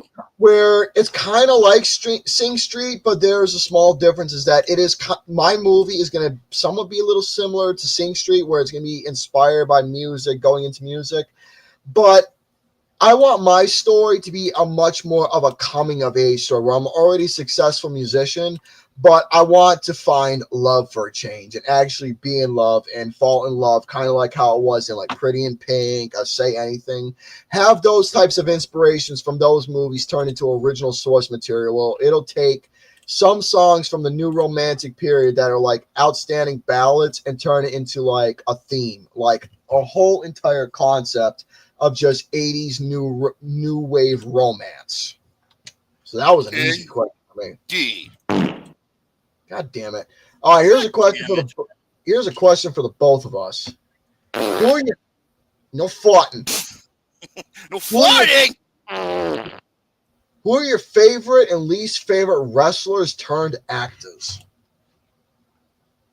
Wrestlers turned actors. One of my favorites is Roddy Piper. That one is an agreeable one because he did some really good stuff. Oh yeah, and he's got more charisma than The Rock. Just saying. My least favorite. Oh, I like Batista too. Sometimes depends. Batista did some decent stuff with Guardians of the Galaxy. The worst one is Hulk Hogan minus Suburban Commando. That movie was gold. But yeah, the worst has to be Hulk Hogan because his movie is utter trash. Least favorite, Hulk Hogan. Yeah. Hulk Hogan's one of my least favorites. John Cena's done some interesting stuff, but a lot of the stuff he did wasn't He's like really, a hit or miss. Yeah. Like if he does kids movies, he's the fucking worst. Stone Cold Steve Austin was the same thing. He did God, he's awful. He's an awful actor. I'm sorry. He's not really that good of an actor at all. No, he's not. And his movies are awful. One of my favorite movies is One Night in China. So Andre the Giant. The Princess Bride. That was a really good movie, and that was a proper That role was actually written for him, too. Yeah, and rightfully so. And Carrie always said he was not only a big friendly guy, but he loved drinking his beer. Oh, yeah. They all couldn't believe it, especially Rob Reiner. He's like, I swear to God, I saw him drink all these shit. I couldn't believe it. That's fucking great. But yeah, for me, my favorite is Roddy Piper. Roddy Piper, yeah, he's got to be near the top of the list. Fucking him drinking all that shit. All right, here's a question for your dumbass. Whopper. If you were to be chance bump into John Flickinger, what's the first thing you would do or say to him? I'll shake his hand and say, thank you so much for standing up for yourself towards that piece of shit, Chris Stuckman. There you go.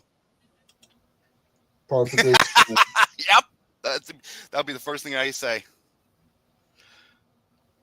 Oh my God. Now this is a fighting question. Uh-oh. Both. If you could binge watch your top 5 least favorite movies, if that's your only chance to score a guaranteed Asian wife, who's both beautiful on the outside and has the best personality ever, would you do it? Here's the Gary, thing. you would. Oh, so you have to watch The Hottie and the Naughty, Rock of Ages, Rock It's Your Decision, probably Dirty Grandpa is up there. I would go through so much fucking torture for the reward at the end of the rainbow. You would. I would do it. No matter how fucking torturous watching those movies are, how much fucking pain and suffering I will go through. If there's gonna be a light at that end, if there's gonna be a light at the end of the tunnel, being a beautiful fucking Asian, I will do it. As long as there's that fucking light at the end of the tunnel, guaranteed, I'll do it. If he will go through anything to be with Reiko Kobayakawa. I would fucking goddamn stick my fucking tongue in her. Gary. You know what I do with the jar of mayonnaise with her? What I would do is shut the fuck. A jar of mayonnaise. No Miracle Whip either. Oh, I'd be giving her a Miracle. Disgusting fucking jellyfish. Oh, I'd be giving her a Miracle Whip. Shut the fuck up. Gosh, why did I have to fucking say something wrong? Anyway, so that's I said no. That's my. So I would do it. I do it. Would I do it? To be continued. That's all I can say. To be fucking continued. God damn it. All right. That's all I can say. I can't say anything else. All right. Here's 2 questions from Wilbur. Number 1, and this is for me. What was the one 1980s song that got you into music? Ooh. Man, one song that got me into 80s music. I think it was something with Huey Lewis and the News that got me into it. That's surprising. I didn't think it was gonna be that one. I thought it was gonna be something from no, because when I was young, I saw Back to the Future when I was like 2 years old. And obviously the record player was going on and on and on, and I didn't really think nothing of it. And obviously later on when I got older, Huey Lewis and the News was one of the benefits who were a factor of writing the power of love for the film itself back in time. But the thing is that it wasn't those songs or the movie that necessarily got me into the music thing. It was an inspiration, but it was involving Huey Lewis and the News. And I think the song that got me listening to them was Walking on a Thin Line. Yeah, Romy, if you were on that, the fucking line would snap. God damn it. But I think it was that song. It was either that song or something from Sports when Back to the Future was coming a big movie. I think it was from the album Sports that helped get me into listening into the 80s a little more and more. So yeah, I think it was something with Sports from Huey Lewis and the News that got me into the 80s music more and more. Man, I was not thinking about that at all. I wasn't either until I had to really think about it. All right, here's your question. If you were to time travel back to your childhood and relive your favorite experience one more time, what would it be?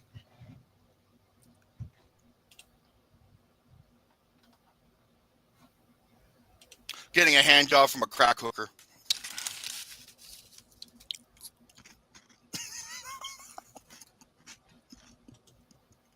It's not a fucking childhood memory. That is nothing to do. She had good, delicate hands. Nothing to do with a goddamn childhood memory. I'm fine.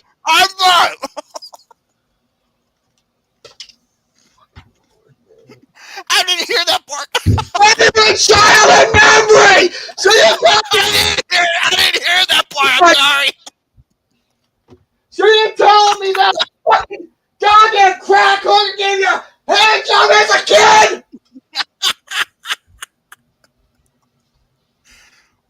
Well, I thought she was offering crackers instead of the drug. My bad.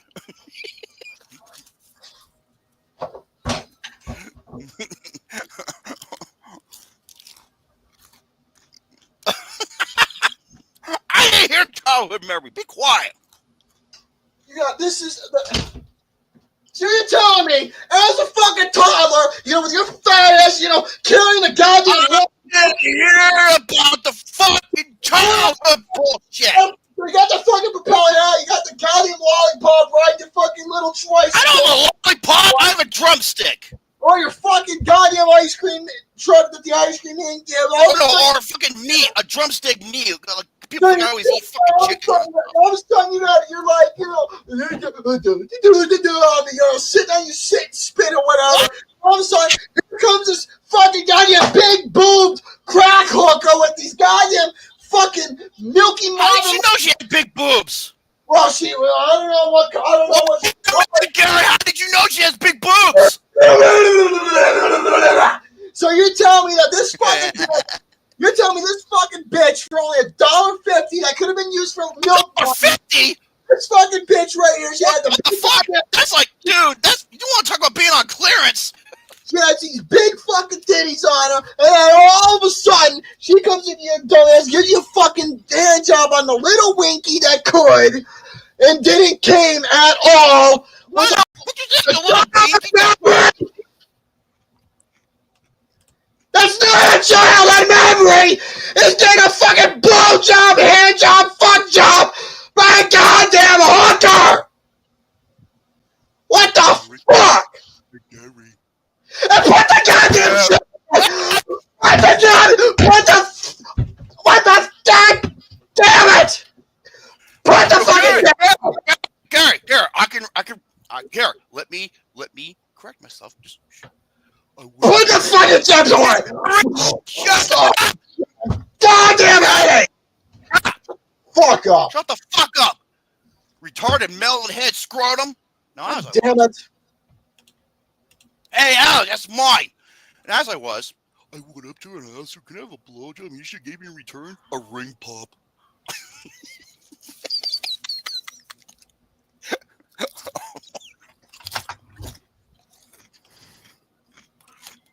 This is the most ridiculous fucking. Shut the fuck up. Well, this is fucking stupid. Childhood memory. Shut the fuck up. Childhood memory, huh? Child. Fucking. I didn't hear it the first time, so shut your fucking cake hole. A fucking crack whore. Fucking yeah. You shut the fuck up with that bullshit. Gary, I'm gonna slap the shit out of you. That big tub Oh, of what fuck. else is fucking new? Stupid! You're so stupid. Oh, Ooh! I Fucking like the Milky Way. fuck you and fucking Milky Way, goddamn dodo bird.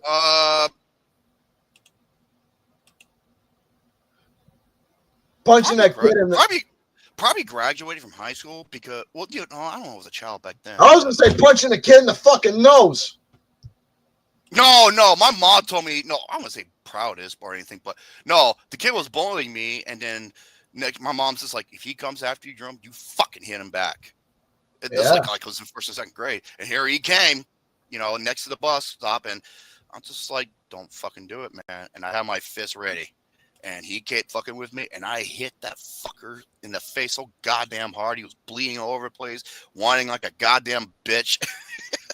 Yeah, the one who stands up for themselves gets suspended, and the one who started all. Well, first, and then my mom's like, "We're going to the fucking school," and they confronted him. And his face was all covered in fucking tissue paper because he was bleeding and everything. And then he's like, "Yeah, I was bullying him," and guess what? Never fucking happened again. Yeah, fucking dickhead. All right, here are two questions that Hades gave us, and these are a little bit lengthy.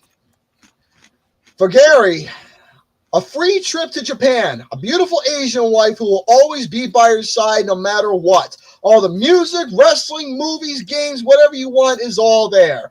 A ton of friends and no one is bothering you. However, you would have to go through 48 hours with Lucas in one room where your only food is pumpkin pie and having the Undertale sound in the background for most of the day. Would you do it? Gary will do anything for a beautiful, loving Asian woman. Let's be real here. If it involves putting Lucas underground, me getting sick and a trip to the hospital and potentially getting deaf, I would, as long as, like I said, as long as there's a light at the end of the tunnel, I would definitely do it. Besides, you didn't say there was no stipulation the fact that I can put Lucas in a hospital and I can sit in the fucking hospital. When Lucas is asleep, you just put a pillow over his face and sit on it. But the rule is, I sit with him for 48 hours in one room. So that means I can put him in the hospital while he's on a fucking ventilation mask, you know, breathing. Okay, and the people come in and they see Lucas. What happened to Lucas? You could be like, oh, he choked on a piece of pumpkin pie. No, he choked on an enchilada. I was gonna say the noose was too loose, so I tried to make it tighter. He did a Conqueror's Bad Fur Day. Remember the pitchfork? I was going to battle the bug with Scruggs, James Franco. He was getting executed for the second time, and he says to the guy next to him, "First time." Oh my god. All right, yeah. As long as there's a light at the end of the tunnel, I would definitely do it. Besides, there's a loophole. Lucas. What did Taz say? Yawn, I'm sleepy. When I go to bed. What All are you, right. are you an NPC from Metal Gear Solid? Here's your questions, or your question. If you were locked in a room and the only way you could escape is by defeating 8 enemies and 1 at your side to fight with you, who would you rather choose out of this selection? Kratos, Thor, Superman, Gandalf, Hercules, Thanos, Sauron, Wonder Woman, or Doctor Doom? One will protect and fight by your side, while the rest will try to kill you. Thanos, because he's got the Infinity Gauntlet. There you go. If he has the Infinity Gauntlet, he'll fucking tore up almost everybody. Even There you have Superman, who's the most, even fucking Superman. Well, here's the thing. What is Superman's biggest Kryptonite. Kryptonite and magic. Go away! Fuck you, Period. Bill! Goddamn asshole. All right, we got some questions from our buddy Joey. We got 2 questions from him. He's funny. I love him. For Joey, how does it feel your hard work has cultivated? That's a big word. How does it feel knowing your hard work has cultivated into success?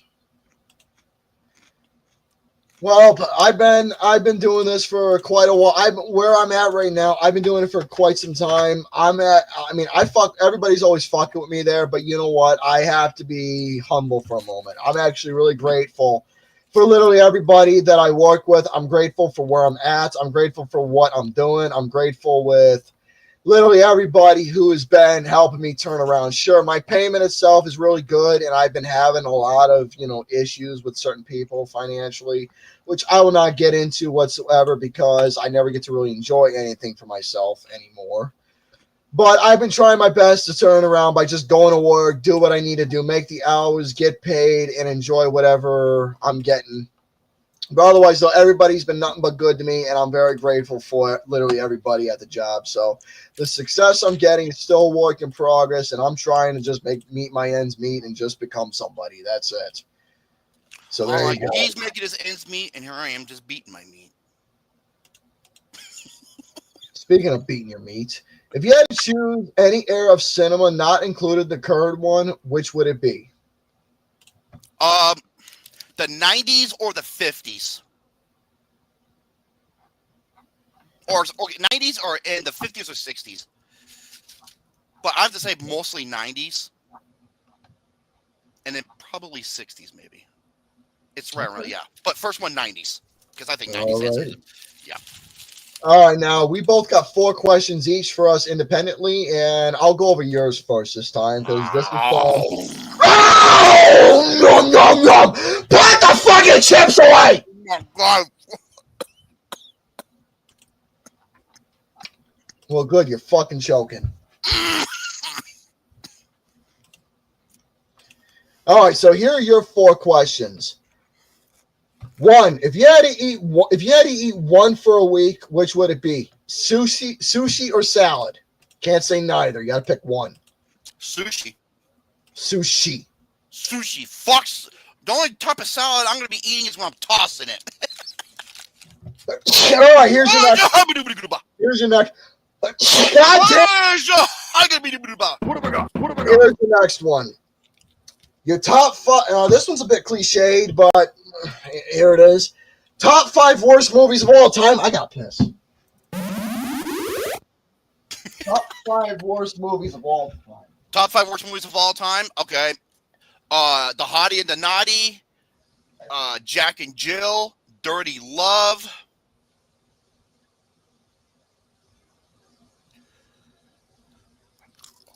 Jack and Jill. Okay. Hottie and the Naughty. Okay. Hottie and the Naughty. Dirty Grandpa.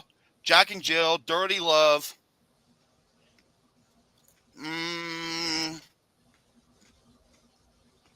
What the fuck would be number 5? That film We Do Not Speak that came out in 2017. There you go. I would say North. That would be close up there too.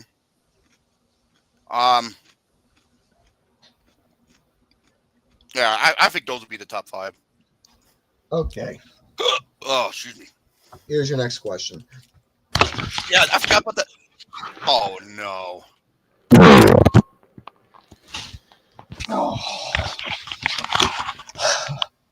That sounded like fucking Frogger died.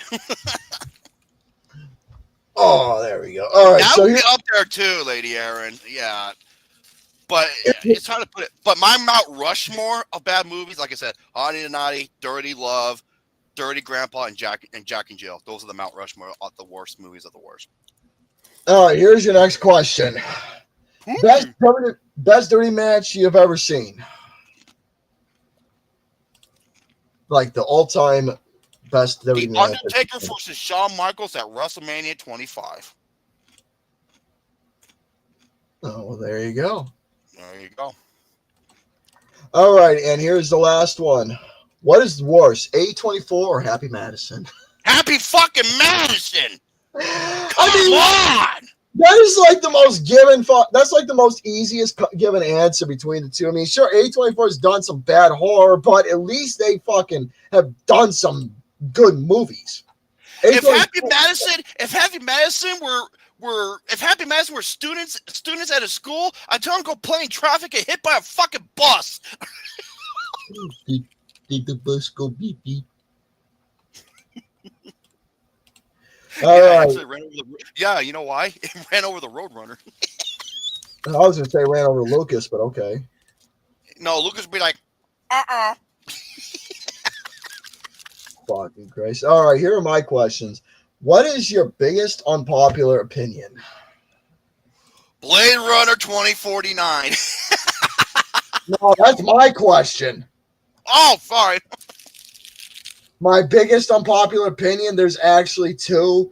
One of them is my fucking distasteful liking that I think pumpkin pie sucks.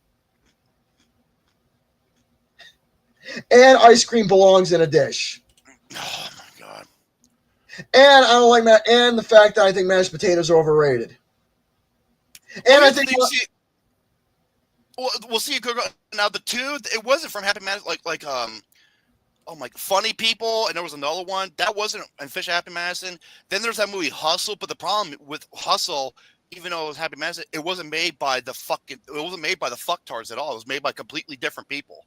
So there you have it. Go ahead. Yeah, but yes, my most unpopular opinion. There's quite a few of them. Like I said, I think mashed potatoes are overrated. I think pumpkin pie is overrated. Most of my unpopular opinions are all fucking food related. It's all food. It's all hey, food Johnson, related. be quiet. All right, here's my next one. If you had to eat one for a week, which would be mashed potatoes or fried chicken? Butcher's baked beans. I typed that just right. Here's my answer. See, for me though, I'll just be contradicting myself if I said fucking mashed potatoes. It was fried chicken and what was the other one? Mashed potatoes, not because I don't like either or. Oh, but fucking fried chicken any day, man. But you can't though, eat that shit. See, the reason why I can't I have to choose mashed potatoes despite how much I dislike it. Keep talking. I'm going to be right back and get a drink. Because for mashed potatoes, there's a loophole I can do with mashed potatoes. I can add like cheddar cheese and chives. I can add like fucking garlic to it. I can add like a flavor to the mashed potatoes to where it's a little more tolerable. With fried chicken, I'll just be tasting the grease and it'll just be not as appetizing for me. So despite how much I don't like mashed potatoes, I'm going to have to unfortunately change it to fucking...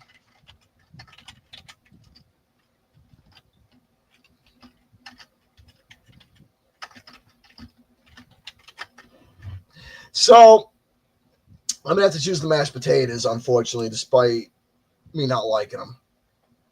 I never liked mashed potatoes for so many years. Never was a fan of them. Never liked mashed potatoes once. Fried chicken just gets me sick. All right, my second question is that third question, name your top 5 musical artists of all time. Top 5 of all time. Well, the Bee Gees is obviously number 1 up there because my mom. The Bee Gees is what got me into fucking music, like in general. Next one would probably be Orchestral Maneuvers in the Dark, one, if not my favorite group from the new wave Frankie genre. says relax. I know that's up there for you too. No, this is like top 5 of all time. So this is like going all over. Oh. So the Bee Gees would be number 1 because they got me into music. Orchestral Maneuvers. Yep, that's another I one. would have to say OMD because they were the ones that helped me start getting into it. I would have to say the Beatles because they were the ones that introduced me into Alex, I'm proud of you for that question, for that answer. The reason why I would say the Beatles because it was not only the harmonies but also the experimental sounds that they were able to get into.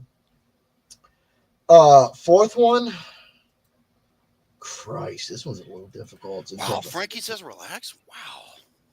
The fourth one, I would probably. What would be the okay? In fourth one, in terms of image, I would have to say Buddy Holly, because Buddy Holly's image and his style and his sound and making it look. Oh my God, Gary, you're gonna fucking hate me. I said Frankie says relax.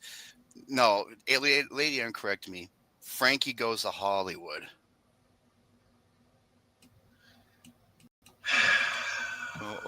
I'm in trouble now. Go. I'm not even gonna fucking yell. Just go in the fucking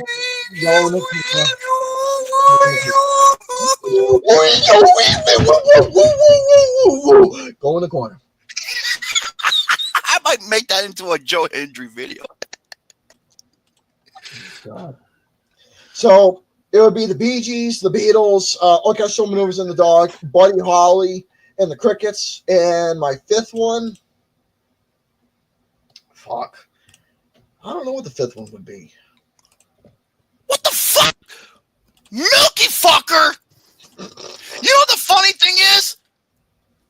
Look what I got to drink. Fucking milk!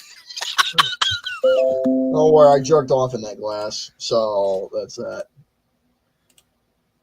Gary, why aren't you in the circus or making porn? They should make it an Olympic sport. Oh, good God. And in terms of like fucking looking like a goddamn. Hey, that's from the Ice Age Collision Course review. And my fifth God, you know one. how long it's been? It's been 9 years since we made that video. Go ahead, Gary.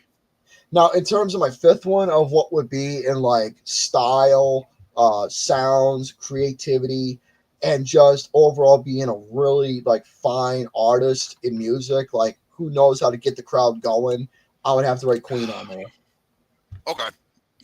So I would have those my 5 right there. Okay, your top 5. Okay, I know you like the Bills and the Yankees. Are there any other sports teams you do like? I do like the Toronto Blue Jays in baseball.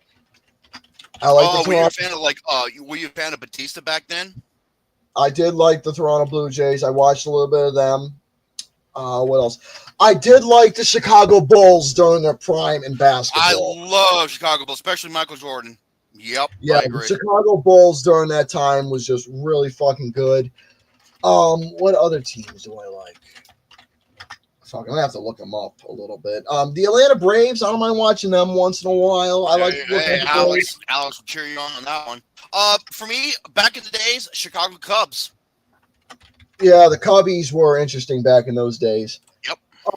In terms of football, this is gonna sound a little weird, but one of the teams that I actually do like watching every so often, and believe it or not, is the Miami Dolphins. Boy, Alex is twisting his fucking nipples right now. I'm not a Dolphins fan. I'm not a Dolphins fan at all, obviously, because they are a rival team, but they are one of those teams that are a big fucking underdog in NFL that's been getting they've just been getting the worst hand for the past while, and I think the Miami Dolphins deserve a lot more in terms of playing, coaching, like players in general, how their games are being booked or whatever.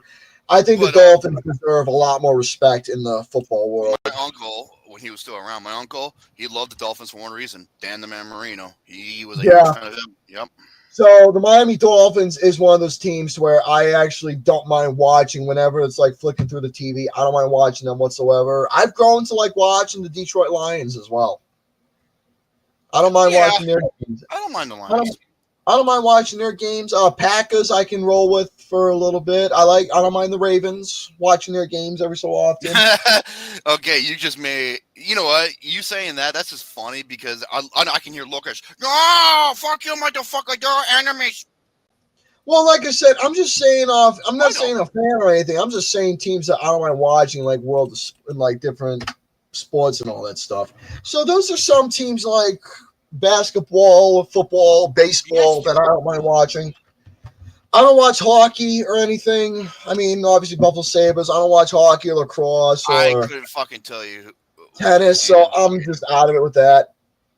And those are my questions from John Will, and that's literally from everybody in the post there. So might as well get to the stuff that's been asked in our chat. All right, we got quite a few things. So Lady Aaron wrote a few questions that we'll get to hers first because they're all over the place. Here and there. So in honor of Alex going to a concert during their vacation, if you guys have gone to a concert, what would your favorite concert experience and least favorite concert experience be? I can't answer that because I've never seen any of my favorite bands live, unfortunately. Concert scene bathtub shitter.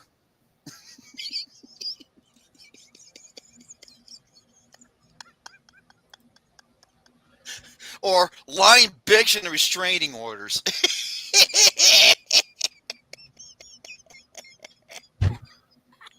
or goblin cock. What? What did you fucking you fucking speak right now, Gary? And why's my name still Milky Fucker? Fucking Goblin! What, Gary? Fucking goddamn piece of shit! Fucking Goblin! It's a fucking Yeah! It froze on my end, but I saw the aftermath. What'd you do? It's a donut. Goddamn fucking Goblin! What, Gary? Spit it out already. God damn it. Goblin! A Goblin! Oh my god! Boy, you're worse than Alex. Oh my god!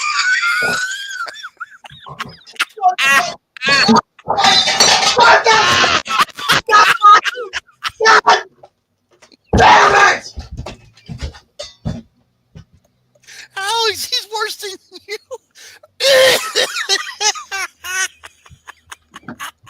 I am fucking done!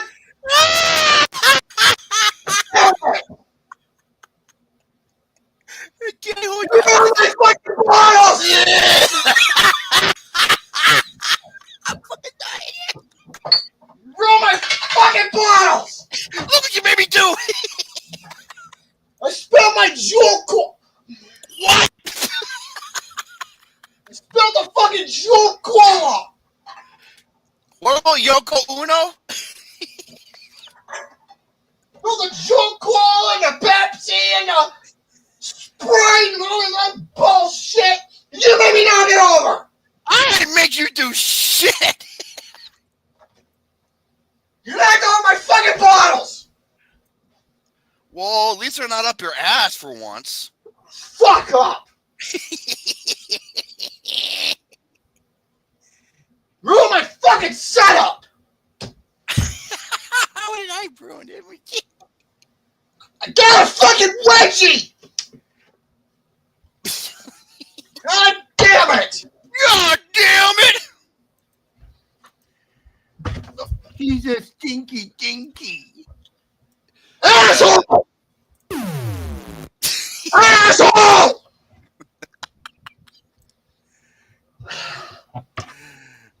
Next fucking question! Hey! You be nice! Hey, Lyndon, how you doing, buddy? Top 5 cities that you would want to go to is top 5 cities that you want to go to at some point in your life and why on each.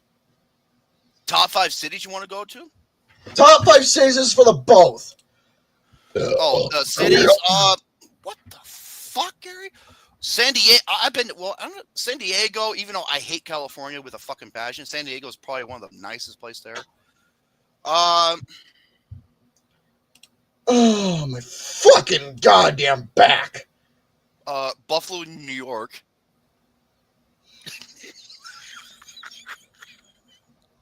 We can go camping. Fucking fat ass is lost in the It's lost in the goddamn woods! I'll play as Bigfoot. Oh, booga, booga, booga. The goddamn...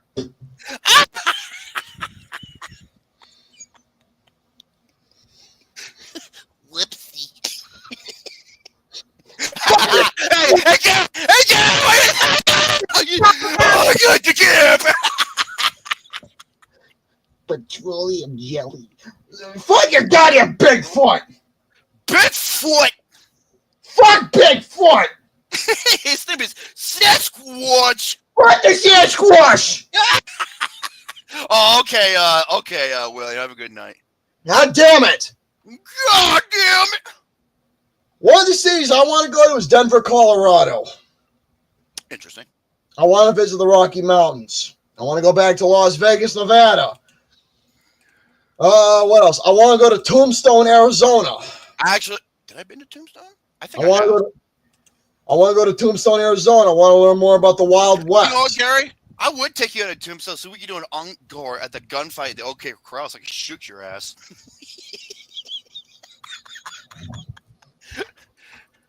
Well, it's like, hey, I was like, hey, you know the famous sheriff? He had a gunfight here with the cowboys. And if you look in this direction, over here, Gary, where?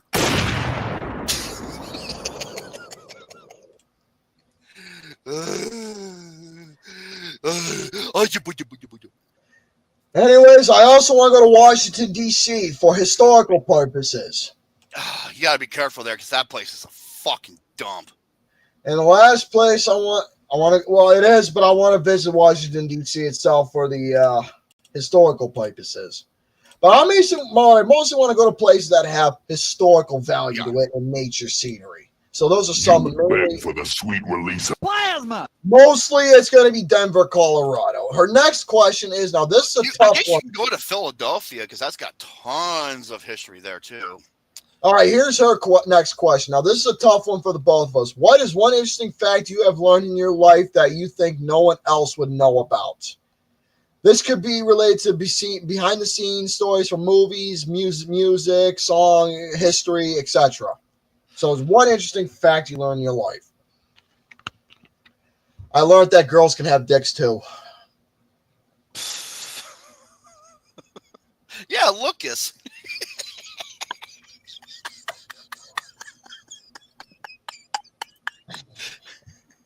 That's why he likes buying Fruit Loops so he can Shut up! The one interesting fact I learned in life, well, this is actually a tough one. This is actually Never get high. Like Scarface taught you. Never get high on your own supply. Honestly, the one thing I've learned in life, and it actually comes from a video game. Greatness comes from small beginnings. Okay. Okay, there's one thing I've learned. Well, it happened a few years ago.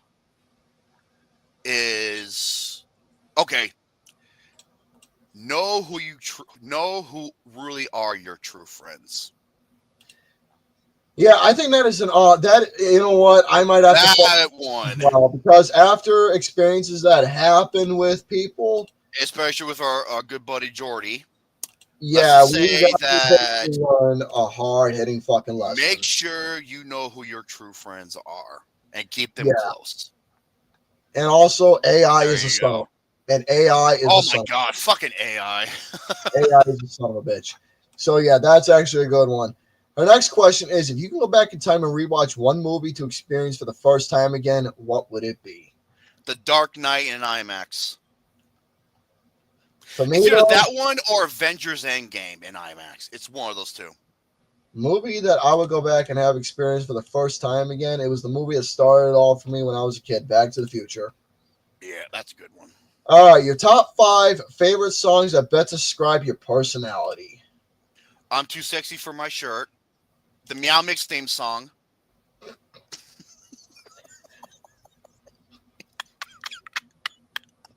The Barney theme.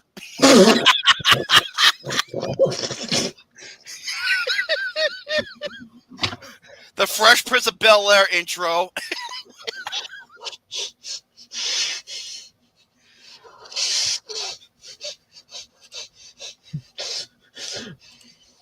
What the fuck would be the 5th one?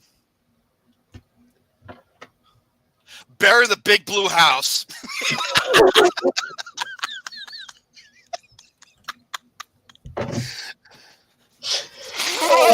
That would describe my personality.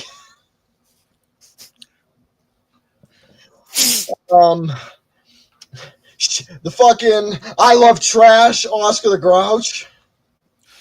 I want chicken. I want liver. Meow mix, praise their liver. I love trash. That song from fucking Oscar the Grouch. Oscar the Grouch. Oh That's one that I would definitely consider to be one of my songs. Another one would be The Locomotion. That would be another one. Another one that would describe my personality. Oh, there's another one I forgot. 9 Inch Nails. I want to fuck you like an animal. My next one would be. Did I hear what I just said? Yeah, I heard it. My next one would be. Next one would be Shit List. You made my shit list. That is another one I would add to my list. Actually, that one's a work in progress for me. All right, so that's your questions. Now, scrolling back up here, Billy Mount asked, is Mighty Ducks on your list of the worst movies? No. All right, next question. I don't know. One of my questions for Gary is best album of the 1980s. I have a lot of those, but in terms of Thriller would be one of them. That is one of the best ones out there. Hunting High and Low is another one from Aha. And by the way, my prayer sent to Morton Harkett. He was recently diagnosed with Parkinson's, and that's a shame because he was a good-looking dude, man. Best albums of the 1980s. When was the Eagles' greatest hits list? That wasn't until much later. I don't think that would count for that one.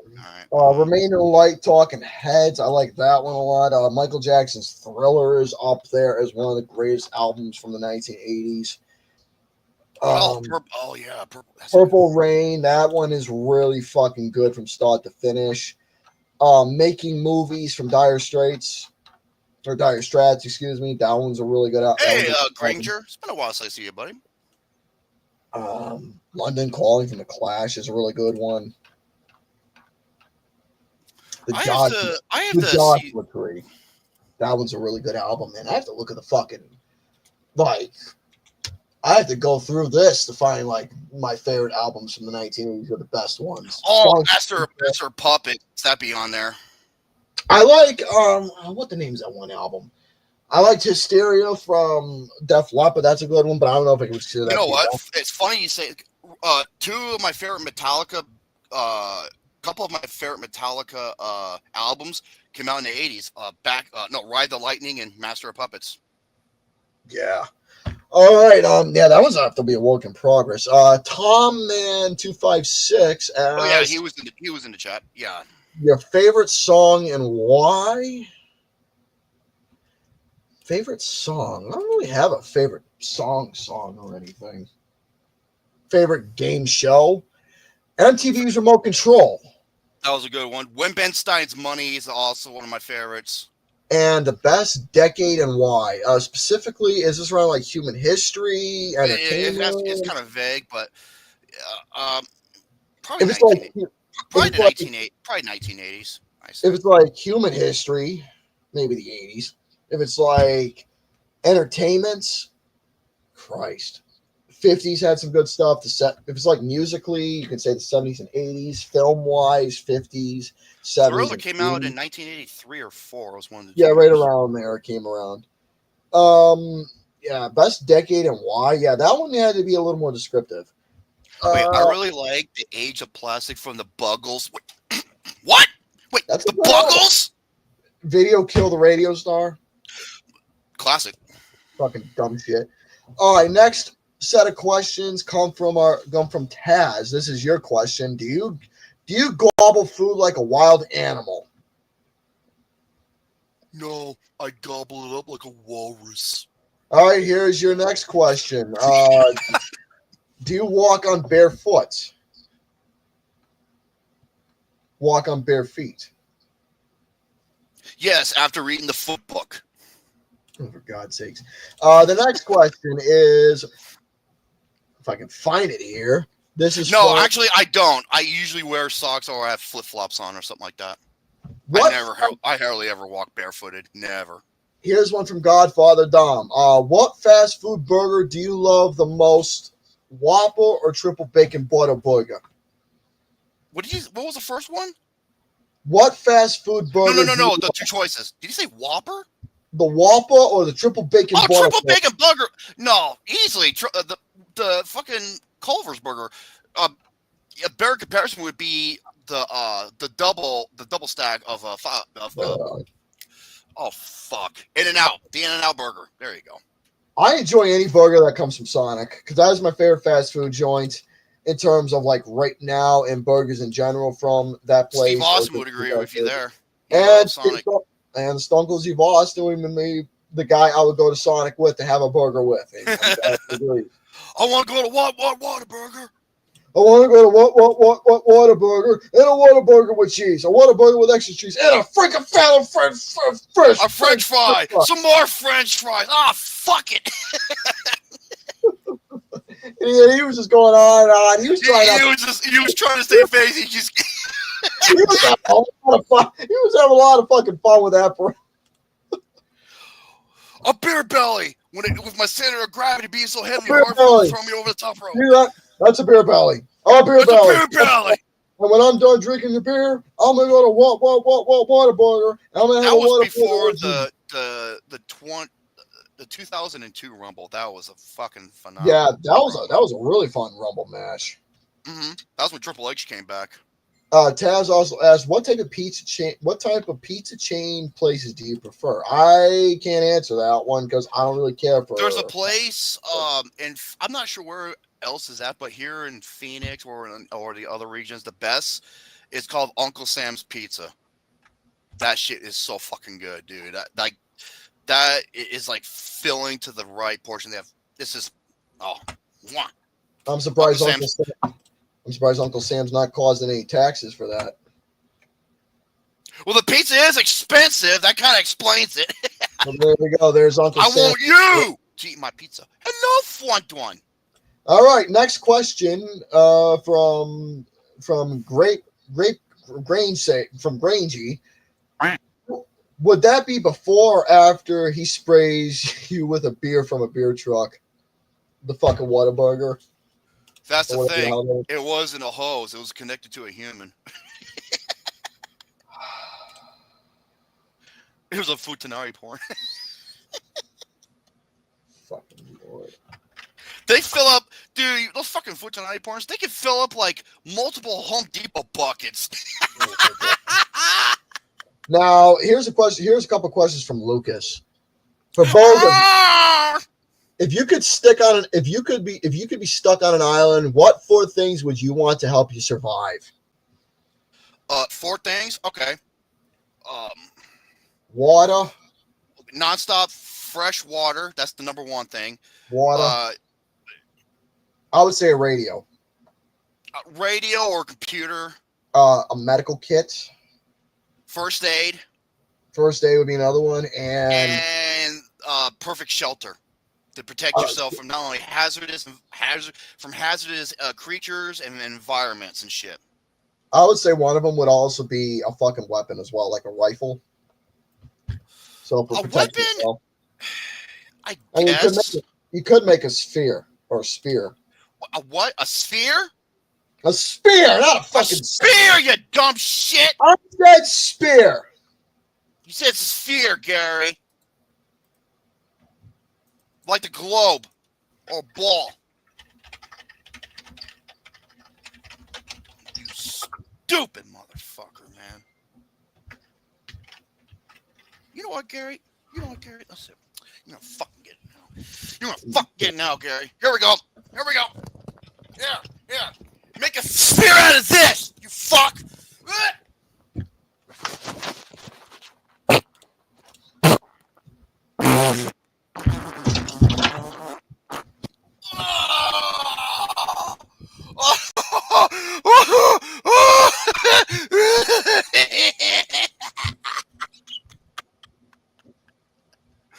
Oh, that was a.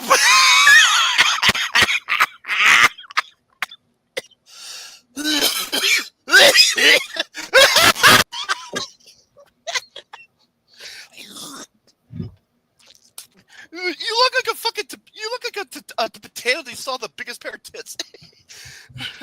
Like Aaron's like, ew. All right, are you two best friends? No, we fucking hate each other. Later, Aaron's like, ew. Romy's head looks like a sphere. Well, it kind of does, yeah. You could have dinner with one celebrity, dead or alive. Who would it be? Actually, I know the perfect answer for this. You want to know what it is? Jesus Christ. That would be my pick. My answer? Because the amount of questions I have is endless.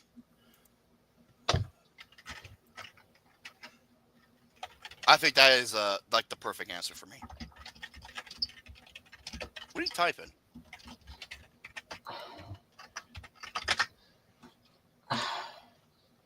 Next question. As for me, who would I want to see dead or if it's dead or alive? Honestly, it would be Abraham Lincoln. Oh, that's a good answer. I think a great answer. Abraham Lincoln for me. Yeah. All right, next question. If you can make Gardner Minshew. If you can make one video game, what would the genre be? Horror. Horror.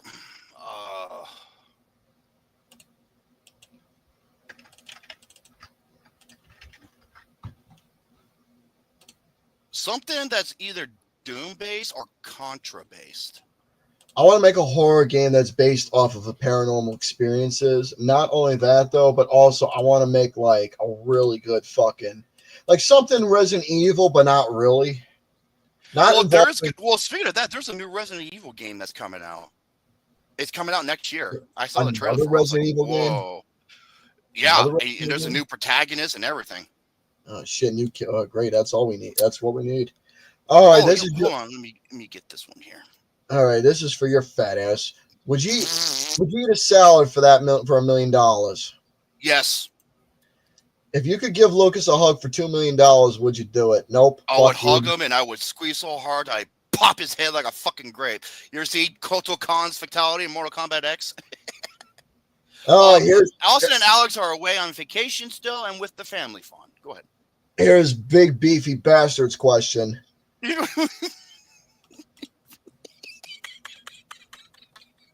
Big dumb bastard.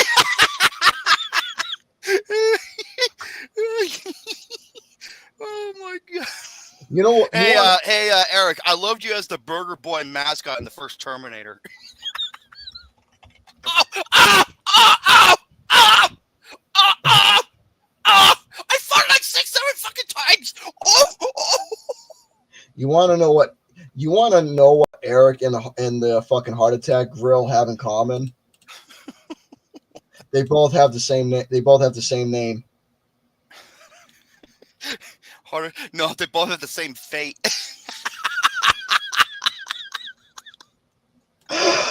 Yeah. Fuck!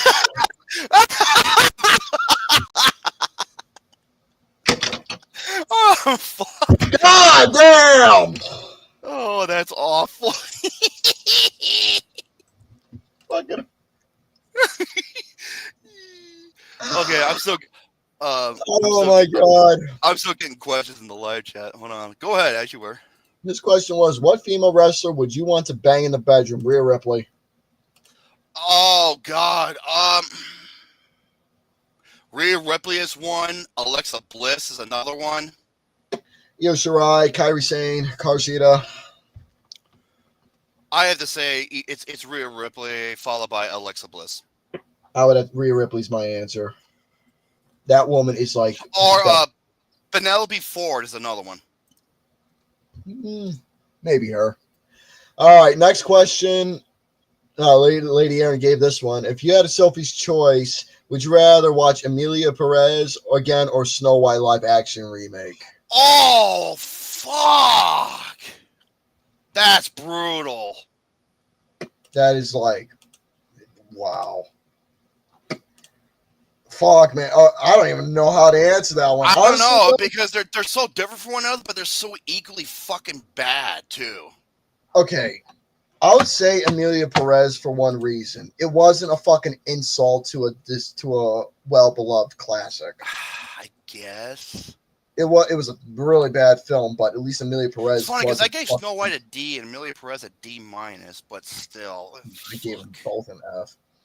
All right, next question. That maybe Snow White, despite me giving it a slight higher grade because it fucking shot all over the classic movie that started everything. Godfather Dom asked the hardest mission in GTA 5. Okay, I can tell you what that one is. It's the final mission. But you get two choices. You can do it the stealth way when you go through the wall, or you can do it Michael Mann's Heat when you rob that federal like bank building or some shit, and you have like 5-star ratings, and you're shooting your way through and driving your way through. It's the longest mission and the hardest, but it's one of the best fucking GTA missions ever. It's the Havoc the Havoc choice for the final mission and for the final robbery mission or heist mission. I would say that one. That is hard, but it's fucking awesome. Oh, if you had to pick an underrated animated movie that is non-Disney, what would it be? 9 would be one of them. Okay. Guys, get the shit out of me. Oh, it's something that RJB mentioned. 9, that'd be one. Titan AE is another one, I would say. That's the Iron Giant. That's not underrated. That was praised everywhere.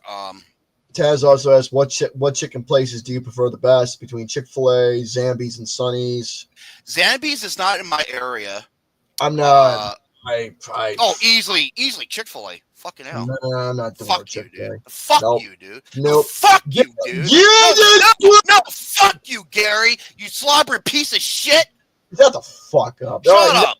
Shut up. You dingleberry asswipe. Shut the fuck up. All right. Hunter Hughes asks, favorite guilty pleasure food. You know it's not great for you, but you couldn't help but love it. But that's easy. Donuts. That's not really much of a guilty pleasure. It's more like a good food. Well, going by what he said, it's not good for you. But another one Pop-Tarts is another one. I don't like Pop-Tarts. But that's like one of the worst foods you can eat. That is awful for you. In terms of my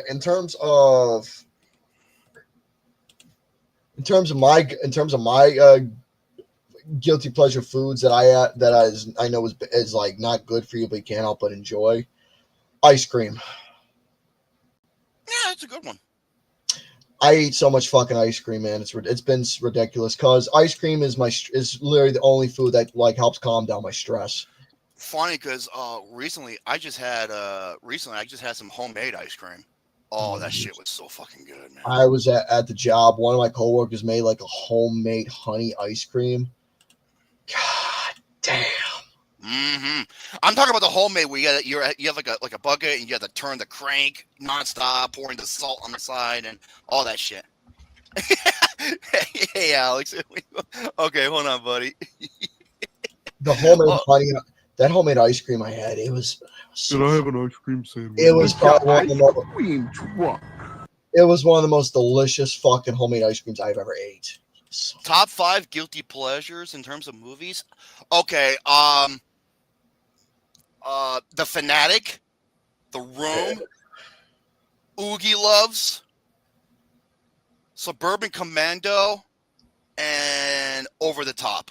Suburban Commando is one of them for me. Nacho Libre. Oh, I fucking hated that movie. Yeah, because Gary's a wrestling mark. You are fucking Mark, Gary. Yeah, because it's so fucking because it's wrestling. You fucking Mark. Another one. Miami Connection. The Oogie Loves is definitely up there. That Yeah. fucking silly. Another one that is like really bad, but you can't help but have fun with it. Christ. Tenacious D and the Pick of Destiny wouldn't count, would it? No, I think that's actually a good movie. Okay, so that would not count. That's an underrated.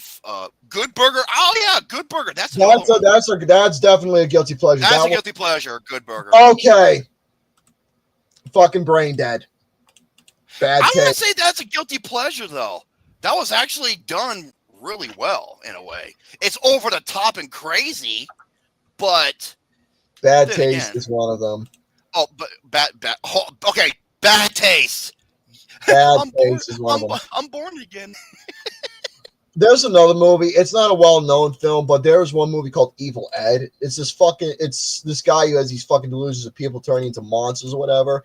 And the ending of that scene, there's this fucking lady who's unconscious, and he's having these delusions that she's turning into a fucking monster.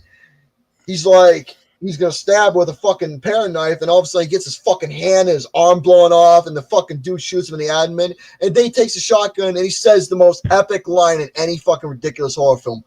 Rest in pieces, motherfucker. Yeah. There goes his head. See, I like those. I like cheese in a horror film. Well, It's like, Peter Jackson had that in Brain Dead. Remember the priest? I kick ass for the Lord. You know. Oh, another one. Oh, I just thought of it. Oh, fuck. Santa Claus Conquers the Martians.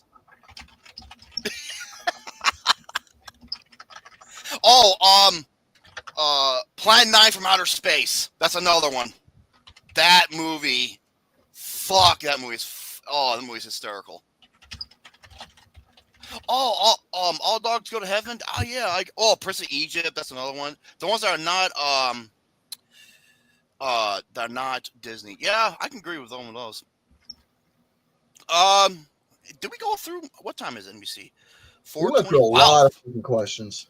I think I posted. Okay, favorite movie with Rotten Tomatoes score under 50.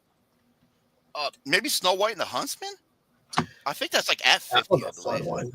Let's answer. We got quite a few. Let's answer. If you could only use one weapon in the zombie apocalypse, what would you use? Lawnmower. Fuck you, dude. I was about to fucking say that too. A lawnmower. Fuck. Speaking of Brain Dead. God, you piece of shit. What do you think is the best WWE sign? You mean a sign like someone holding a? I saw this one sign. I think it was at WCW. It says Goldberg eats corn on the cob the long way. Wasn't there? There was a lot of funny fucking WWE signs. Save a few of those questions for next week, Alex says. Okay, we will. Yeah, save a few for next week. So, folks, we better get the fuck going. We're almost close to showtime. So, before we go, let's do our promotions. All right, so Popcorn Panel, they are going to be live once again. They weren't live last program because they had some.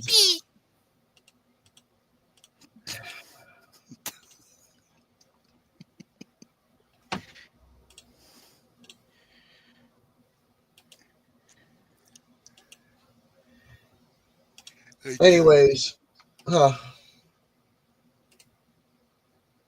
once turned a pickle into a soda can.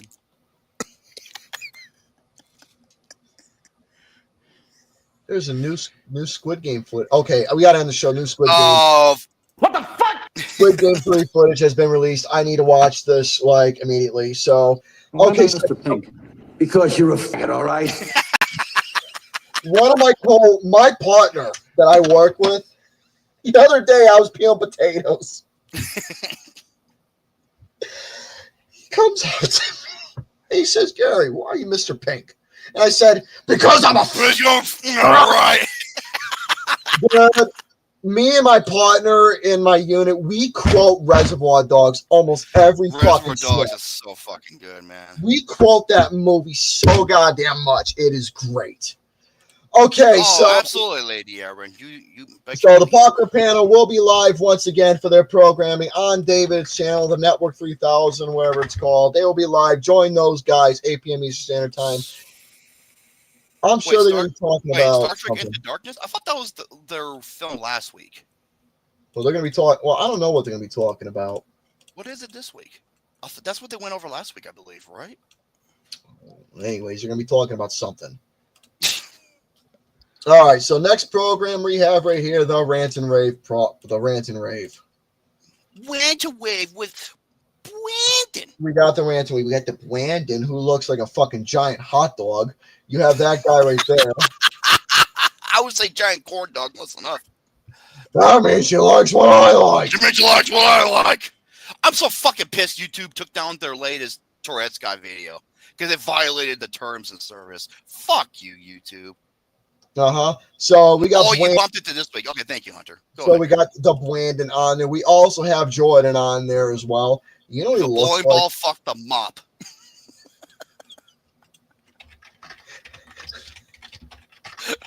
you want to know what he looks like? Go ahead. He looks like if the Lucky Charms mascot did crack. That explains what's in those Lucky Charms. That's why everyone likes the. That's why everybody likes the marshmallows. So you got that. That's a pot of gold for them. So you have that guy. Then you have Wilbur on there as well, who is the deer in the headlights, and you have that guy who's more wobbly than a fucking sack of peanuts. And then you have Michael Bombardi, the retarded hottie. Holy shit! He looks. You know what he looks like? He looks like a waffle iron. So you have that guy on there. And then you have this motherfucker right here. We already made fun of him earlier. We already made fun of him pretty bad earlier. I don't think we need to really hurt him anymore. You lumbering sack of shit. Except 2 words: pacemaker. 1 word: defibrillator. Asthma attack. Asthma attack. Yeah, him after walking 10 feet. Yeah, from his bedroom to the bathroom. Hyperventilation. To make it easy on yourself, just use your office chair if it has wheels. Can you imagine Eric going down a hill on an office chair with wheels? That probably explains why And he hits the fucking bottom and he just flying like a cannonball. He's the definition of an earthquake. That fucking Richter scale is going to look like the stock market. Anyways. Tiny Tim?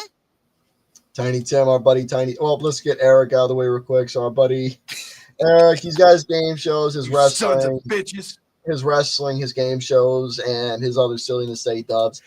I'm sure he's going to teach us the life of being a Schwan man. No, I know what he's going to teach. He's going to say something to us. You, sir, are a cocksucker. Well, he's probably going to teach us how to do that pretty soon. So that's that with Big Beefy E, the poor guy. And then you got fantasy football fever. That big tub of fuck. You have this motherfucker right here as he is live with the 2 John Porta Potties. Motherfucking Tim. Him and the 2 John Porta Potties will be going live once again as they talk about their fantasy world and what's going on in football and so on and so forth. The John Porta Potties is funny because their names are John, of all fucking things. You want to know what his new band name should be? Tiny Tim and the Porta Potties. Yeah, time to get the shit out of the way. Yeah, so that's that. All right, folks, that's going to have to do it for our program. Like I said, the other 2 will be back, and we will have a special for you all on 225. Yeah, 325. 325. We shall be live once again for you all. And 330 is the 1980s edition. Remember that? Yes, 330. 325, you'll know sooner or later. 3:30, I will have that special game of the screenshot disc, and it's going to be interesting. I'm going to have like 25-30, so that game's going to take up. I'm scared that my fucking, because you've been freezing on me a lot, like you just froze on me again and again. That's going to scare me. I hope we get our fucking our Well, it's not for Or another. I better mod him so we can get that silent radio connected here because shit.